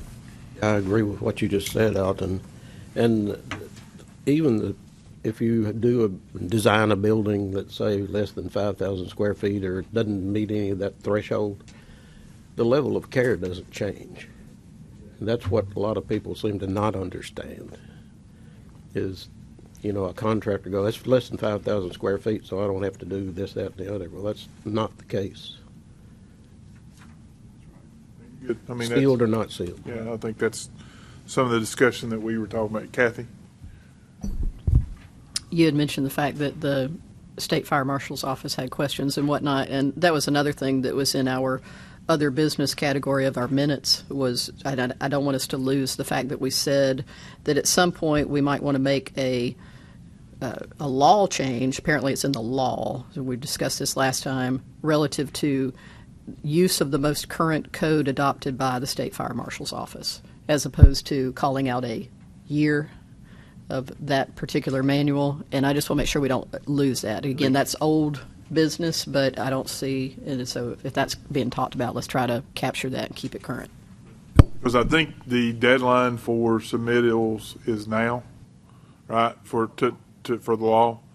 So that may be something that we want to consider putting in there, is that we use the most current version as accepted by the state fire, because we always end up in that, well, it was the older version, it's this, and it's codified in the law of what version you use. Yeah, it's actually the law. The law. I mean, that is the law. It says you will use building code something. And so it may be better to have that to whenever the fire marshal adopts whatever they adopt, that our language is use the building code as the fire marshal has adopted for the state of Tennessee. That way we stay current with that, because I think right now we're using something that's Even if you use the old. term, the most current version of the State Fire Marshal's Office building code. Approved building code, yeah. Approved building code. That's right, because I think they talk about it for quite a while before they go to the next one. Yeah, Ricky. I want to expand just a little bit on what Alton said on the state fire marshal coming to talk to us and the fire alarm.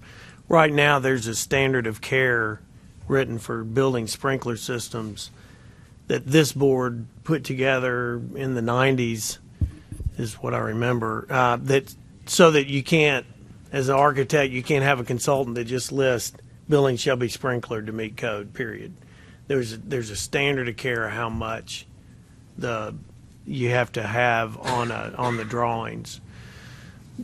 And so there's a movement to do a similar thing for fire alarm systems, to produce a standard of care that is kind of equal in treatment to the sprinkler standard of care. So that's what Alton was referring to.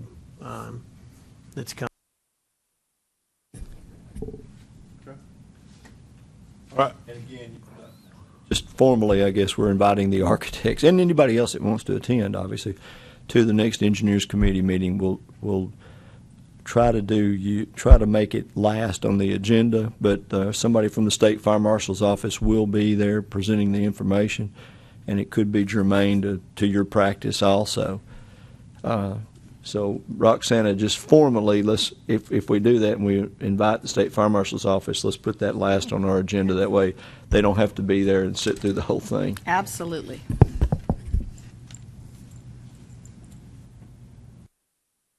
Any other questions? Thank you, Alton. Definitions Committee, Kathy. Thank you, Mr. Chair. The Definitions Committee met yesterday, and just for the record, I want to acknowledge and express my appreciation for the others who are on that committee, and that would be, make sure I get it right, Susan for interior designers, Blair for landscape architects, and Frank for architects, as well as myself representing engineers. So we met, and the first thing I would like to suggest is that for public information is that the committee was put together because there was a feeling that we did not necessarily need to define the practice of our various professions necessarily for the benefit of the board or even our registrants, but really for the benefit of the public, for codes officials, and for others who have their own definitions. And we use, as an example, for instance, geologists who have a definition, and I would also point out soil scientists who have a definition of what their practice is. So the purpose of the Definitions Committee is to define for the benefit of the public, building codes officials, others who interact with us that are not necessarily registrants, what the practice is, so that we don't have conflict and we don't have question, and when there is an issue, that it's a little bit easier to get to the bottom of. So that's kind of the purpose of the Definition Committee. So needless to say, we're doing our best to get this in a manner that everyone will find not just acceptable internally, but will be beneficial to the public at large and those outside of our practices. So each of the professions submitted a starting draft document. It is a very, very rough starting point. Let me just say that I don't think anybody feels that they are hard and fast on this is going to be the definition of their specific practice area. However, you got to start somewhere. So I think it should be introduced into the record, Roxana, that there are 4 documents that we're starting from for each practice area. Susan submitted one that was created by the, let me get this right. CIDQ. No, I got it. The CIDQ Task Force of 2018 for interior designers. The architects have a definition, 2 different definitions that we've looked at both, and Frank is going to shepherd that process. One is from AIA, the other is from NCARB. And the landscape architects have theirs loosely via CLARB, but there was also a document that was referenced back to the state of Pennsylvania.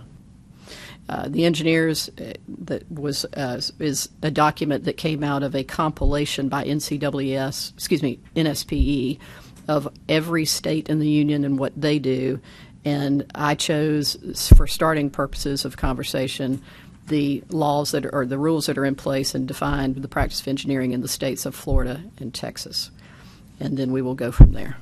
So I thought at least it was good that we have starting points. As we discussed each of the practice areas, we went back and forth to make sure that we were all talking apples and apples to one another. And one of the issues, of course, is that the law that governs the practice of what we do for a living and what our registrants do for a living is a Title Act and defines who can call themselves that profession. So who is entitled to say they are an interior designer, etc. And the purpose of defining the practice of engineering will have to accommodate the fact that only those people who are qualified by experience, examination, and education can do that practice. So we've kind of walked through that, and I, again, look forward to blending that in with the previous conversation we had about the rule change that we have before us. So I think all of that is very, very positive. Another point of conversation that I thought was really good was Roxana shared with us the fact that the Department of Insurance and Commerce and Insurance, can send out a blast email to registrants. Over 80% of the registrants in our database have an email attached to their registration number. That makes it easy for us to get information out to them and possibly even do a Survey Monkey type thing that asks them yes, no, what they think about it, et cetera, without it coming back to Roxana with 20,000 responses. So that would be really helpful. But knowing that we can reach the registrants, I think, is important. And Roxana will facilitate that, as well as a distribution of all of the draft documents and discussion points, meeting notes, et cetera, to industry representatives, of which we have several in the audience today, so that they can then spread the word and get feedback from the registrant pools for all of the various professions. And I think that was about it. And then lastly, each of the practice representatives was going to continue to kind of make sure they felt good about what they were bringing to the table and maybe talk amongst the industry reps that they knew, with the intent that we will meet again on August the 7th, which is the Wednesday before our next board meeting.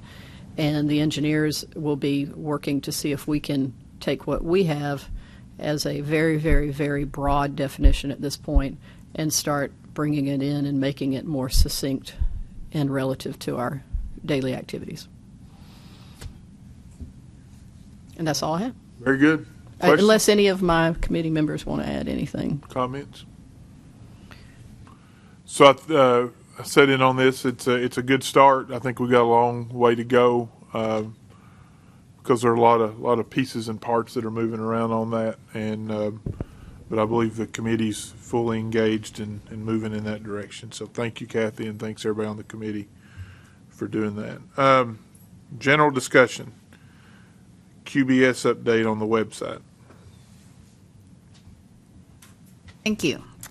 What we did is add the visual of our website for us to have a conversation about where the documents are located. Do we want to include it in more than one place? And that is well within what we can do. So what I have on your iPads on page 30 is that first image of our website where you come into the main page, if you will. So as you come into the Architects and Engineers Board website, under News and Information is the easiest link. And I think you mentioned, Alton, that you'd seen it in one more place, but this is... News and Information Mm-hmm. has the actual... Mm-hmm.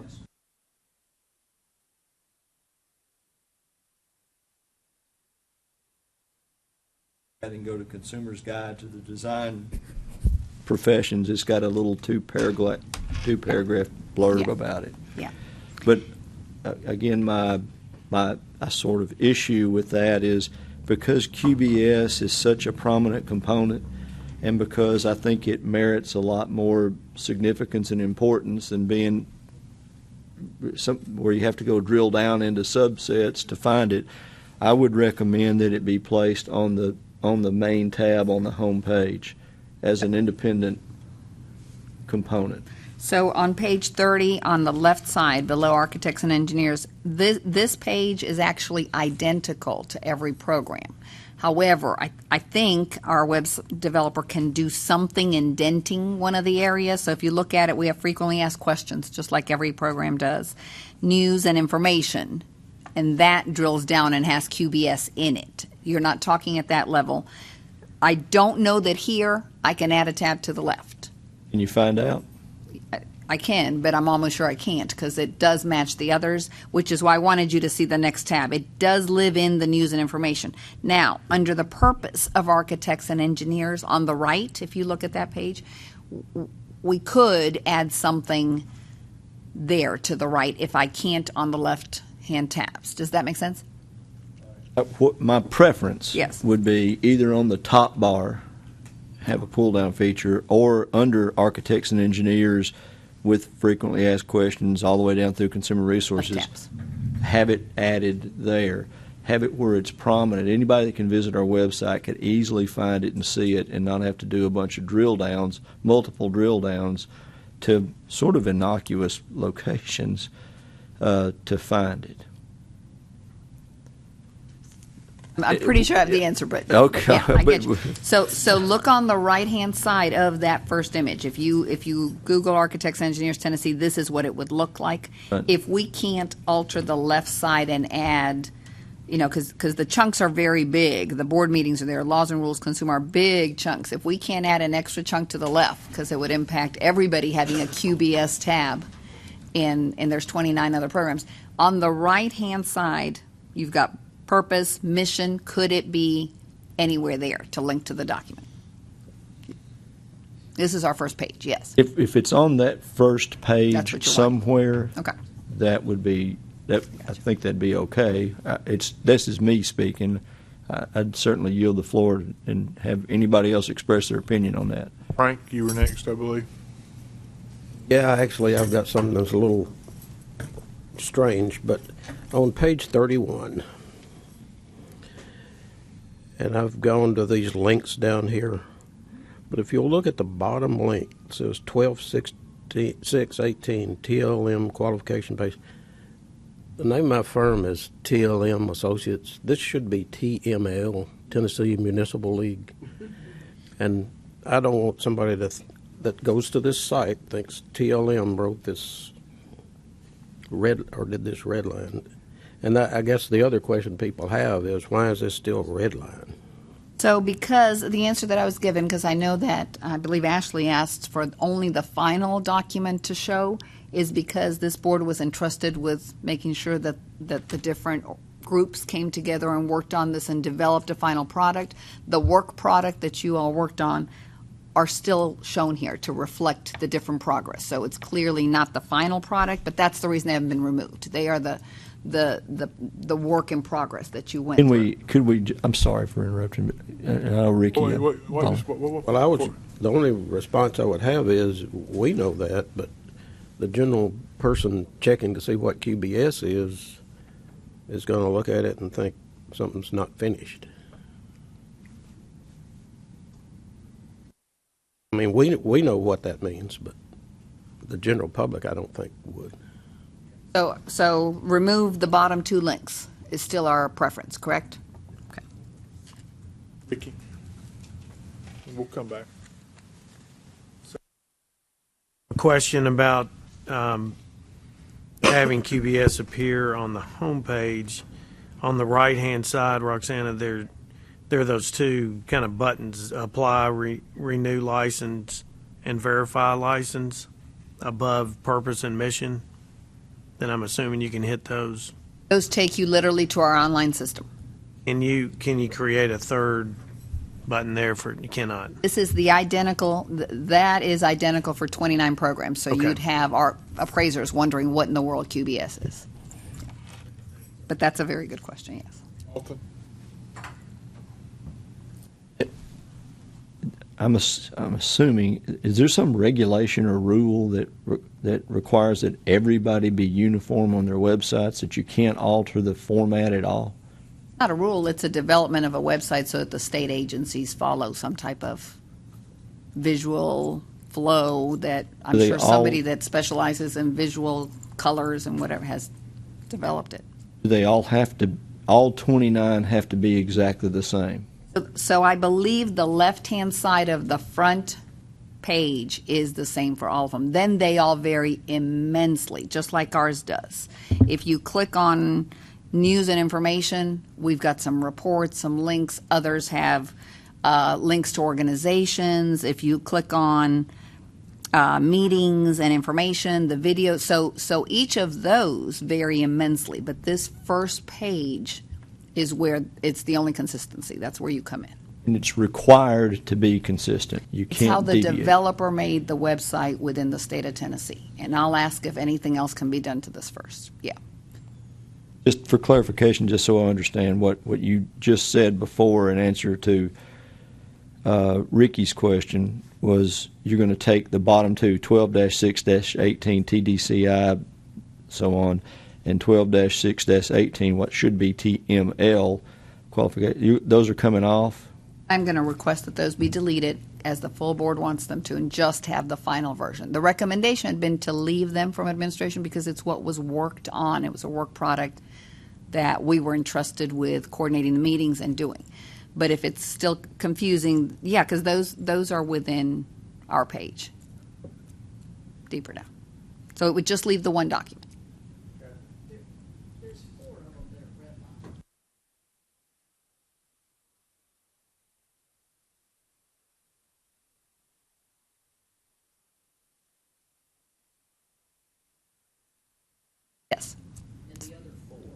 Or the work products, correct.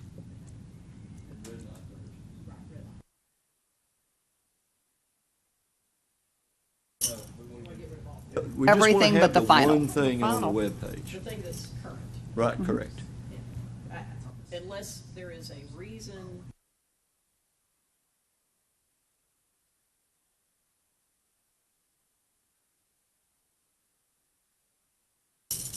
And I do think it is often confusing to have 4 red line versions of the final document. But I do understand them.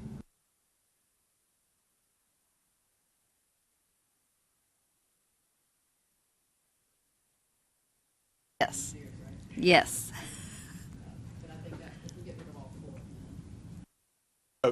Before, did I understand? Oh, interesting. Did I understand what you said was that you could, under news and information or frequently asked questions or whichever one of these tabs, you could keep that indention on the page permanently instead of having to drill down?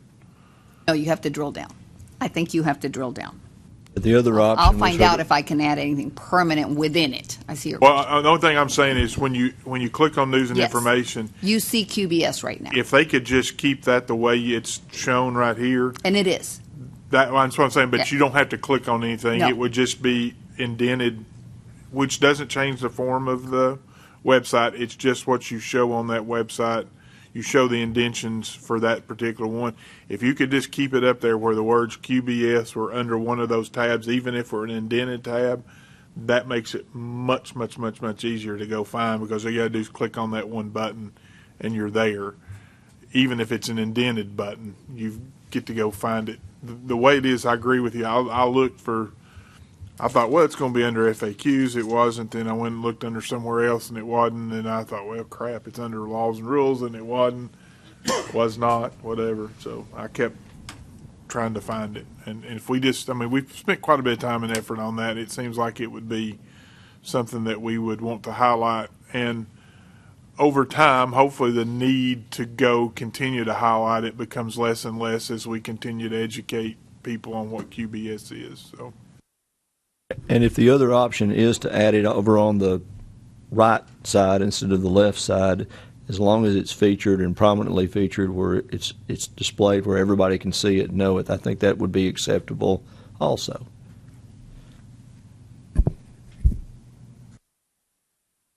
Robert, to add to you, I was hoping to access it quickly, but I didn't. I believe the way I took this snippet, this image, is when you click on news and information, you see the underline already. I think that's the reason I took that picture, but I agree with you. Right? Thank you.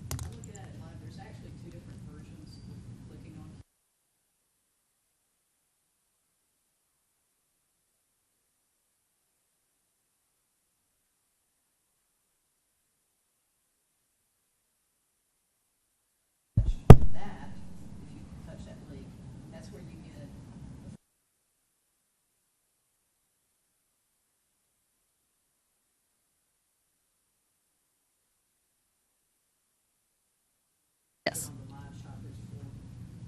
there's 4 red lines and the 5.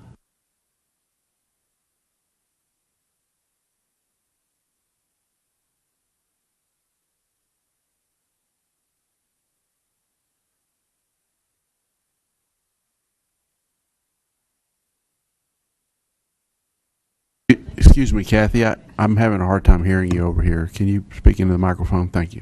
All right. So that's fine. I'm deaf. The pages should be the same, not 2 different pages.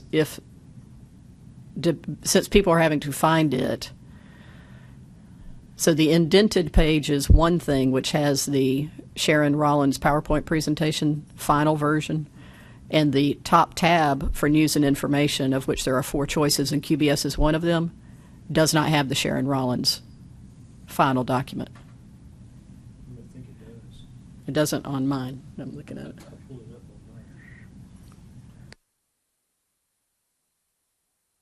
So we kind of know what we're doing. I think so. And well, no, and we're confused.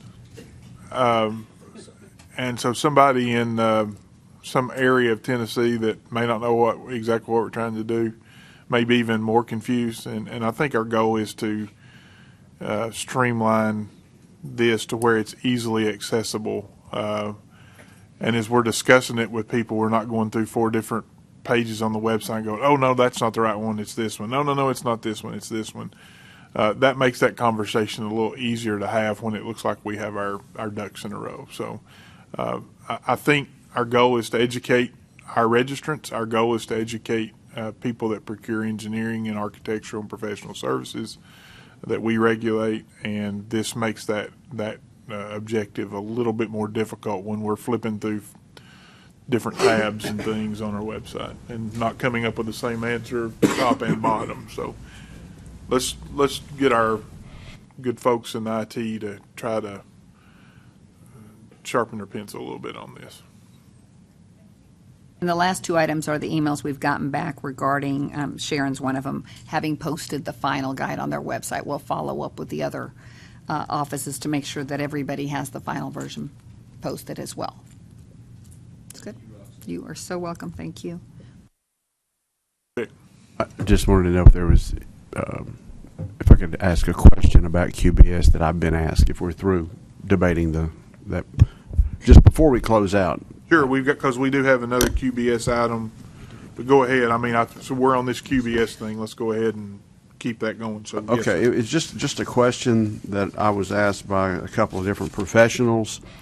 There are some RFPs that have been issued in different municipalities that I've been made aware of that are basically master planning and involve a lot of the ADA upgrades for a study for the municipality, and in those RFPs they are requesting fees. One of the engineers I spoke with yesterday said he was under the understanding from his firm leadership that particular type of project did not fall under the rule of providing a fee as part of your selection process. I've been looking, and I apologize, I can't find the exemption for public works. There's not an exemption for public works fees, or I mean that was brought to my attention. I said I don't think that exists anymore, but at one time there was a recommendation that be raised from $25,000 to $100,000 or whatever, and given where we've gone with these rules and laws, I wasn't sure. But this was an engineer asking me this question, and I told him I would bring it up because there have been other RFPs equal to this one. And how does that fall into whether you're in violation of the QBS or not? I mean, I'm asking this opinion from the board, other than the standard response, you need to check with your attorney. You know, I understand that, but I think we need to debate this just a little bit. I don't want to belabor the meeting, but it's just on my mind because I was asked that by an East Tennessee engineer. So that's just out there. So any comments or advice would be appreciated. Thank you. You are correct. The exemption was taken from $25,000 to $100,000 for public works projects, but I don't know that that's for procurement of engineering services. I think that was other things, and I may have that a little bit incorrect as well on the exact language on it. Planning services, I believe, is one of those things that's difficult to look at because they're planning services. However, I think our opinion as a board has been, when we've looked at those things, if those planning services have elements of architectural or engineering judgment, design, things that we would consider to be architect engineering, then they certainly would fall under a QBS statute. You know, we've used the example on traffic studies before. There are levels of traffic planning which just say, we think we're going to have this many people in this area, and you multiply it by the number of lanes and widths and kind of come up with gross numbers to say here, and that's a planning thing. But if they're saying, let's do some traffic generation models where you're using traffic models or engineering judgment to come up with the numbers and come up with a generation, then we have considered that engineering and considered that not strictly planning. So we need to, we do, I think in the ADA world, there probably are a couple of different iterations of that. There's the one that says strictly, let's go out and measure your ramps and stuff, which may not be, quote, an architecture or engineering service. I don't know that, but then there's probably a world where you look at it and say an ingress issue or other issues that may be ADA that require architecture or engineering judgment to determine the answer, which would not be strictly planning anymore. But that highlights the need for our QBS to be as obvious as possible.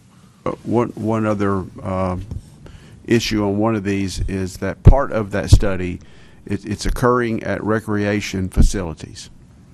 And then part of the master plan would be to determine how many of those recreation facilities need to be combined to save money for the municipality versus having, let's just say 20. Can we get by with 12? And that's part of that planning. I mean, they're not designing necessarily any buildings, but it's a planning. It's a master plan. That's what it is. It's a master plan on one particular one. And I've gone through the laws or the professional conduct rules of professional conduct, and in Rule 0120-02-.02, Item 6, midway through the paragraph, it says, this rule shall apply only to proposals submitted to governmental entities that are prohibited by TCA 12-4-107A from making a selection or awarding a contract on the basis of competitive bids. Now, is that a local municipal exclusion, or is that, I mean, these are, I'm not an attorney, but I'm being asked these questions because I'm on the board, and I defer them, but I'm just trying to get myself educated as to what would be a logical answer, again, other than consult your attorney. So, question? I think I might be able to address that. That 12-4-107A4, which is specifically for city, county, or utility districts, allows an exception to the process, the procurement process, for any city, county, or utility district that has an existing satisfactory contractual relationship for architectural or engineering services. So it means that that city can use its discretion, and if they have a professional service provider that they like and trust, they don't have to go through the procurement process if they can just award it directly to them. Okay. If you are on an on-call, if you have an on-call relationship with a municipality, you're one of 5. But they're asking all 5 of you to give them a price because you have that contract with them. I mean, it's all convoluted. I'm sorry to keep. I don't want to beat this to death, but this is where the rubber starts hitting the road here, Right. Because how can I participate in trying to get this project and not be brought before the board? Now, that doesn't mean somebody can't file a complaint, but you know that this is. Those are good questions I'm being asked, because this QBS is so important to all the firms in this state that participate in these types of projects. It has to be done correctly, and you know what you just said I could interpret that as, hey, I got a contract, I got an on-call contract. They want a price from me, and they get a price from Bobby Jones. He's on contract too. So who gets the deal? The low guy. But because I have that contract with them, I'm trusted to do that, or I may not get it because I'm low. But it's part of the equation of the selection process. I mean, I get projects given to me because, you know, my qualifications allow me to get those particular projects. You know, and I'm not ever really negotiating against another firm. And I'm just talking about, this isn't involved in that master plan. But that, you know, what kind of can of worms is that? So, No, I would think in that situation the Brooks Act would be in play, which prohibits professional services firms for offering pricing for services. So really, even the current QBS regulations ask that it does go on and say that obviously price is an important component, but it asks that price not be the primary consideration, that the firm recognized for competence, not for bidding. So the argument is I gave them a price, but that was just, they're not going to select on price. They're going to choose me because I'm so qualified. Generally, that's not the case. If you well, give now, them a price, but I'm going to put it in a brown envelope and stick it in there. Come on, it's so. Even though we've redlined this, it's still confusing. And take the red lines off the website, you still have these questions, and I just bring that up because either you do it or you don't. To me, it's pretty much black and white. Now, I can give a developer a number because he's a private entity that's going to go do this study, but I can't give that a number to the municipality, even though they say they're exempt from this, without me running the risk of being reported and investigated and possibly fined $500 or whatever the number is. But so anyway, I belabored this enough, but I'm just bringing it out because it's a concern, at least to the East Tennessee professionals that I deal with. It's a very good question, and that's we know those scenarios exist, and I don't think this new language addresses that. But it does strongly request, that any decision made on selection of professional services be based on competence and qualifications. I'd like to bring up one point, and I get these all the time too. It seems like most of them do at some point ask for something that requires a seal, and those, it's obvious that's a violation of. And this is public money, a violation of QBS. What you're asking for is kind of a gray area where is master planning a part of the practice of architecture or engineering, or isn't it? And we're working on definitions now, trying to define whether or not that's the case. So that's one good reason to have a definition, is if the definition of an architect includes that they do planning, and if you want to be more specific, master planning, then the answer is clear to me. But right now, we don't have anything, and so it's kind of just up in the air. That's the reason, and I know everybody's going to frown when I say this, but frequently asked questions, when you have that question posed and you give a answer, then people know what to do, but we don't have that anymore. And so I guess the only thing the board can say is consult your attorney. But so right now, I don't think there is an answer, unless in some form or fashion your seal is required in this RFP in this case. So that really helps, doesn't it? Yeah, thank you, Frank. I mean, we just we don't have anything to back it up right now. Ricky? The question came up about the $50,000 and $100,000 exemption, and I just got the page in front of me in the law, and that I don't think that has to do with QBS. I think that has to do with it's under the paragraph of when you need to employ a licensee to do the design work. It has to do with state parks state parks or public work. So it's not. I don't think that's a QBS passage. I think that's when you don't have to have a licensee to. All right. Well, good questions, and I think we understand that we've got some holes and some weaknesses that we probably need to have a little further stuff on. So anyway, let me stop the meeting real quick. Just kind of recognize a visitor that came in. Our Assistant Commissioner, Toby Compton, came in, and appreciate you coming, and make sure that the red light comes on when you talk. It's the only thing you got to do. Thank you, Mr. Chairman. My name is Toby Compton. I'm the new Assistant Commissioner for Regulatory Boards. Look forward to working with you guys. I'm just trying to get by. Brian, good to see you. So I know Brian fairly well from my days in Metro. So I'm just trying to say hello to boards. Robert and I had a coffee this morning just to get to know each other.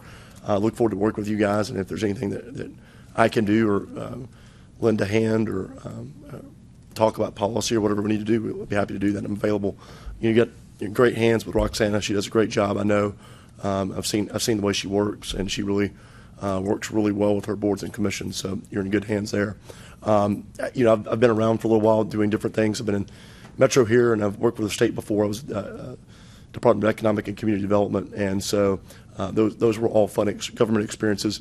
And then more recently, I represented commercial contractors, so I'm at least somewhat aware of some of the issues that you guys face and discuss. Did that for about 2 or 3 years, and got to work with Ashley a lot and Nathan in the past, and in lobbying roles and so forth. So you'll see me around. I'm not here to get in the way. I'm here to help, I hope. And if there's anything I can do for you, please let me know. And I'll leave some cards up here.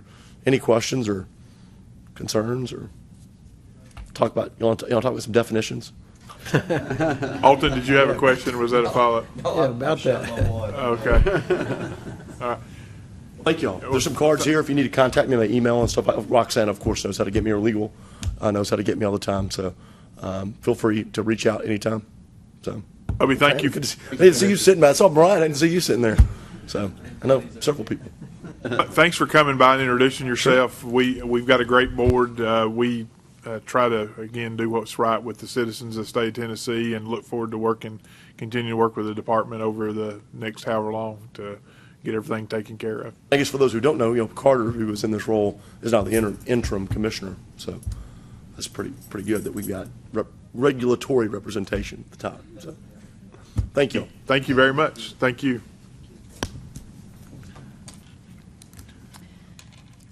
I think we had an old business item, Kathy, about the number of QBS. Was that it? Is that right? I'd have to go back and reread the minutes and see exactly what the question was. It was the question that we left. Tony answered it, and Wanda's doing me the favor of passing that out so you all have his memo, and he's here to answer and walk you through his memo as well. UBS research on complaints and violations or something. There was something like that. Yeah. Thank you.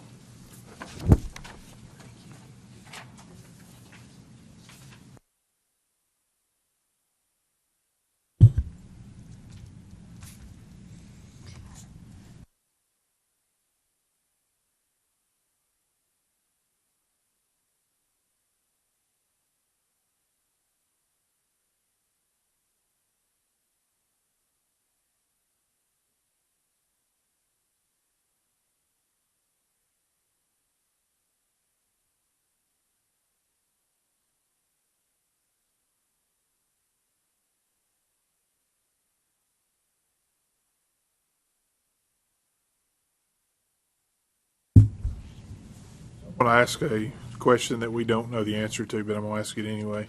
I noticed that these happened in 2013. So my question is, I wonder exactly when did we put, I wonder why 2013. I wonder when we started publishing the FAQs on the website. And I wonder if we're going to see any more pop up now that we have the clarification on here. So just some questions, and I don't know that we have a date when the FAQs were on the website or not, when they were started. It would be interesting in my world if they started around 2014, and maybe having those up there was a reason that we didn't have any complaints since then, or it just may be laziness of the professions. I don't know. So just interesting they're all in 2013. All right. Else? All right. Thank you very much. I have a question about something else. Is that okay? I don't know. It depends on what it is. I'm right now a little bit past my. I'm not setting any records today, and I'd hoped to on my last time out, but whatever. Still my glory kind of thing. I noticed Kathy mentioned that the definitions committee would meet again, so I'm just would like to know for planning if the engineering committee is going to meet early again in August. I think at the meeting, we came to that conclusion that the engineering committee would meet in the morning, and then we'll have the fire marshal join us, and the afternoon will be for the definition. Okay, thank you. Is that okay? And we have one kind of last thing. We've got one of our own that's getting ready to be gone for a year. Tony's going to be gone for a pretty good period of time in his other role, which is, I think, as important, if not more, in defending our country. So we want to thank you for what you do, sacrifice that you make being away from your family. And it feels good knowing that we have people that are competent in what they do, defending us and looking out after us. I've got several family in the military, and knowing that they're there looking over really helps. Well, one of them, it doesn't help me sleep at night, but the rest of them it does. So anyway, I want to thank you for your service, and we're going to miss you over for about a year now, right? I mean, you start next month or so in that Yes, grade. I'll actually start in. I'll be doing some traveling training next month. I'll be in office for part of the month. I'll ultimately be probably leaving department sometime in mid-October. So we do have a few months, though they'll probably cascade down like a waterfall. That's how the time will go by. But I'll be gone for approximately 11 months to a year.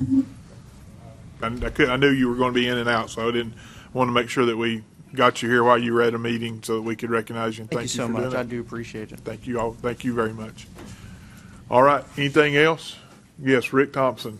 Mr. Chairman, I'd like to thank you for your service this year. You've done a great job. Even though you didn't break your record today, that's quite all right. Well, it was a hard record to break. I think it was 2 hours, maybe. Blair, it's a high mark for you, buddy. That's all I can tell you. I'm telling you. I know it's got big shoes to fill, but you have big feet, so. There we go. All right. As for adjournment, it's a motion to do it, although I don't know that I have to, but I'm going to anyway. So I sense everybody wants to go home, be safe, have a good time. And we'll see you here in the 1st of August. All right, thank you. Thank you, Robert.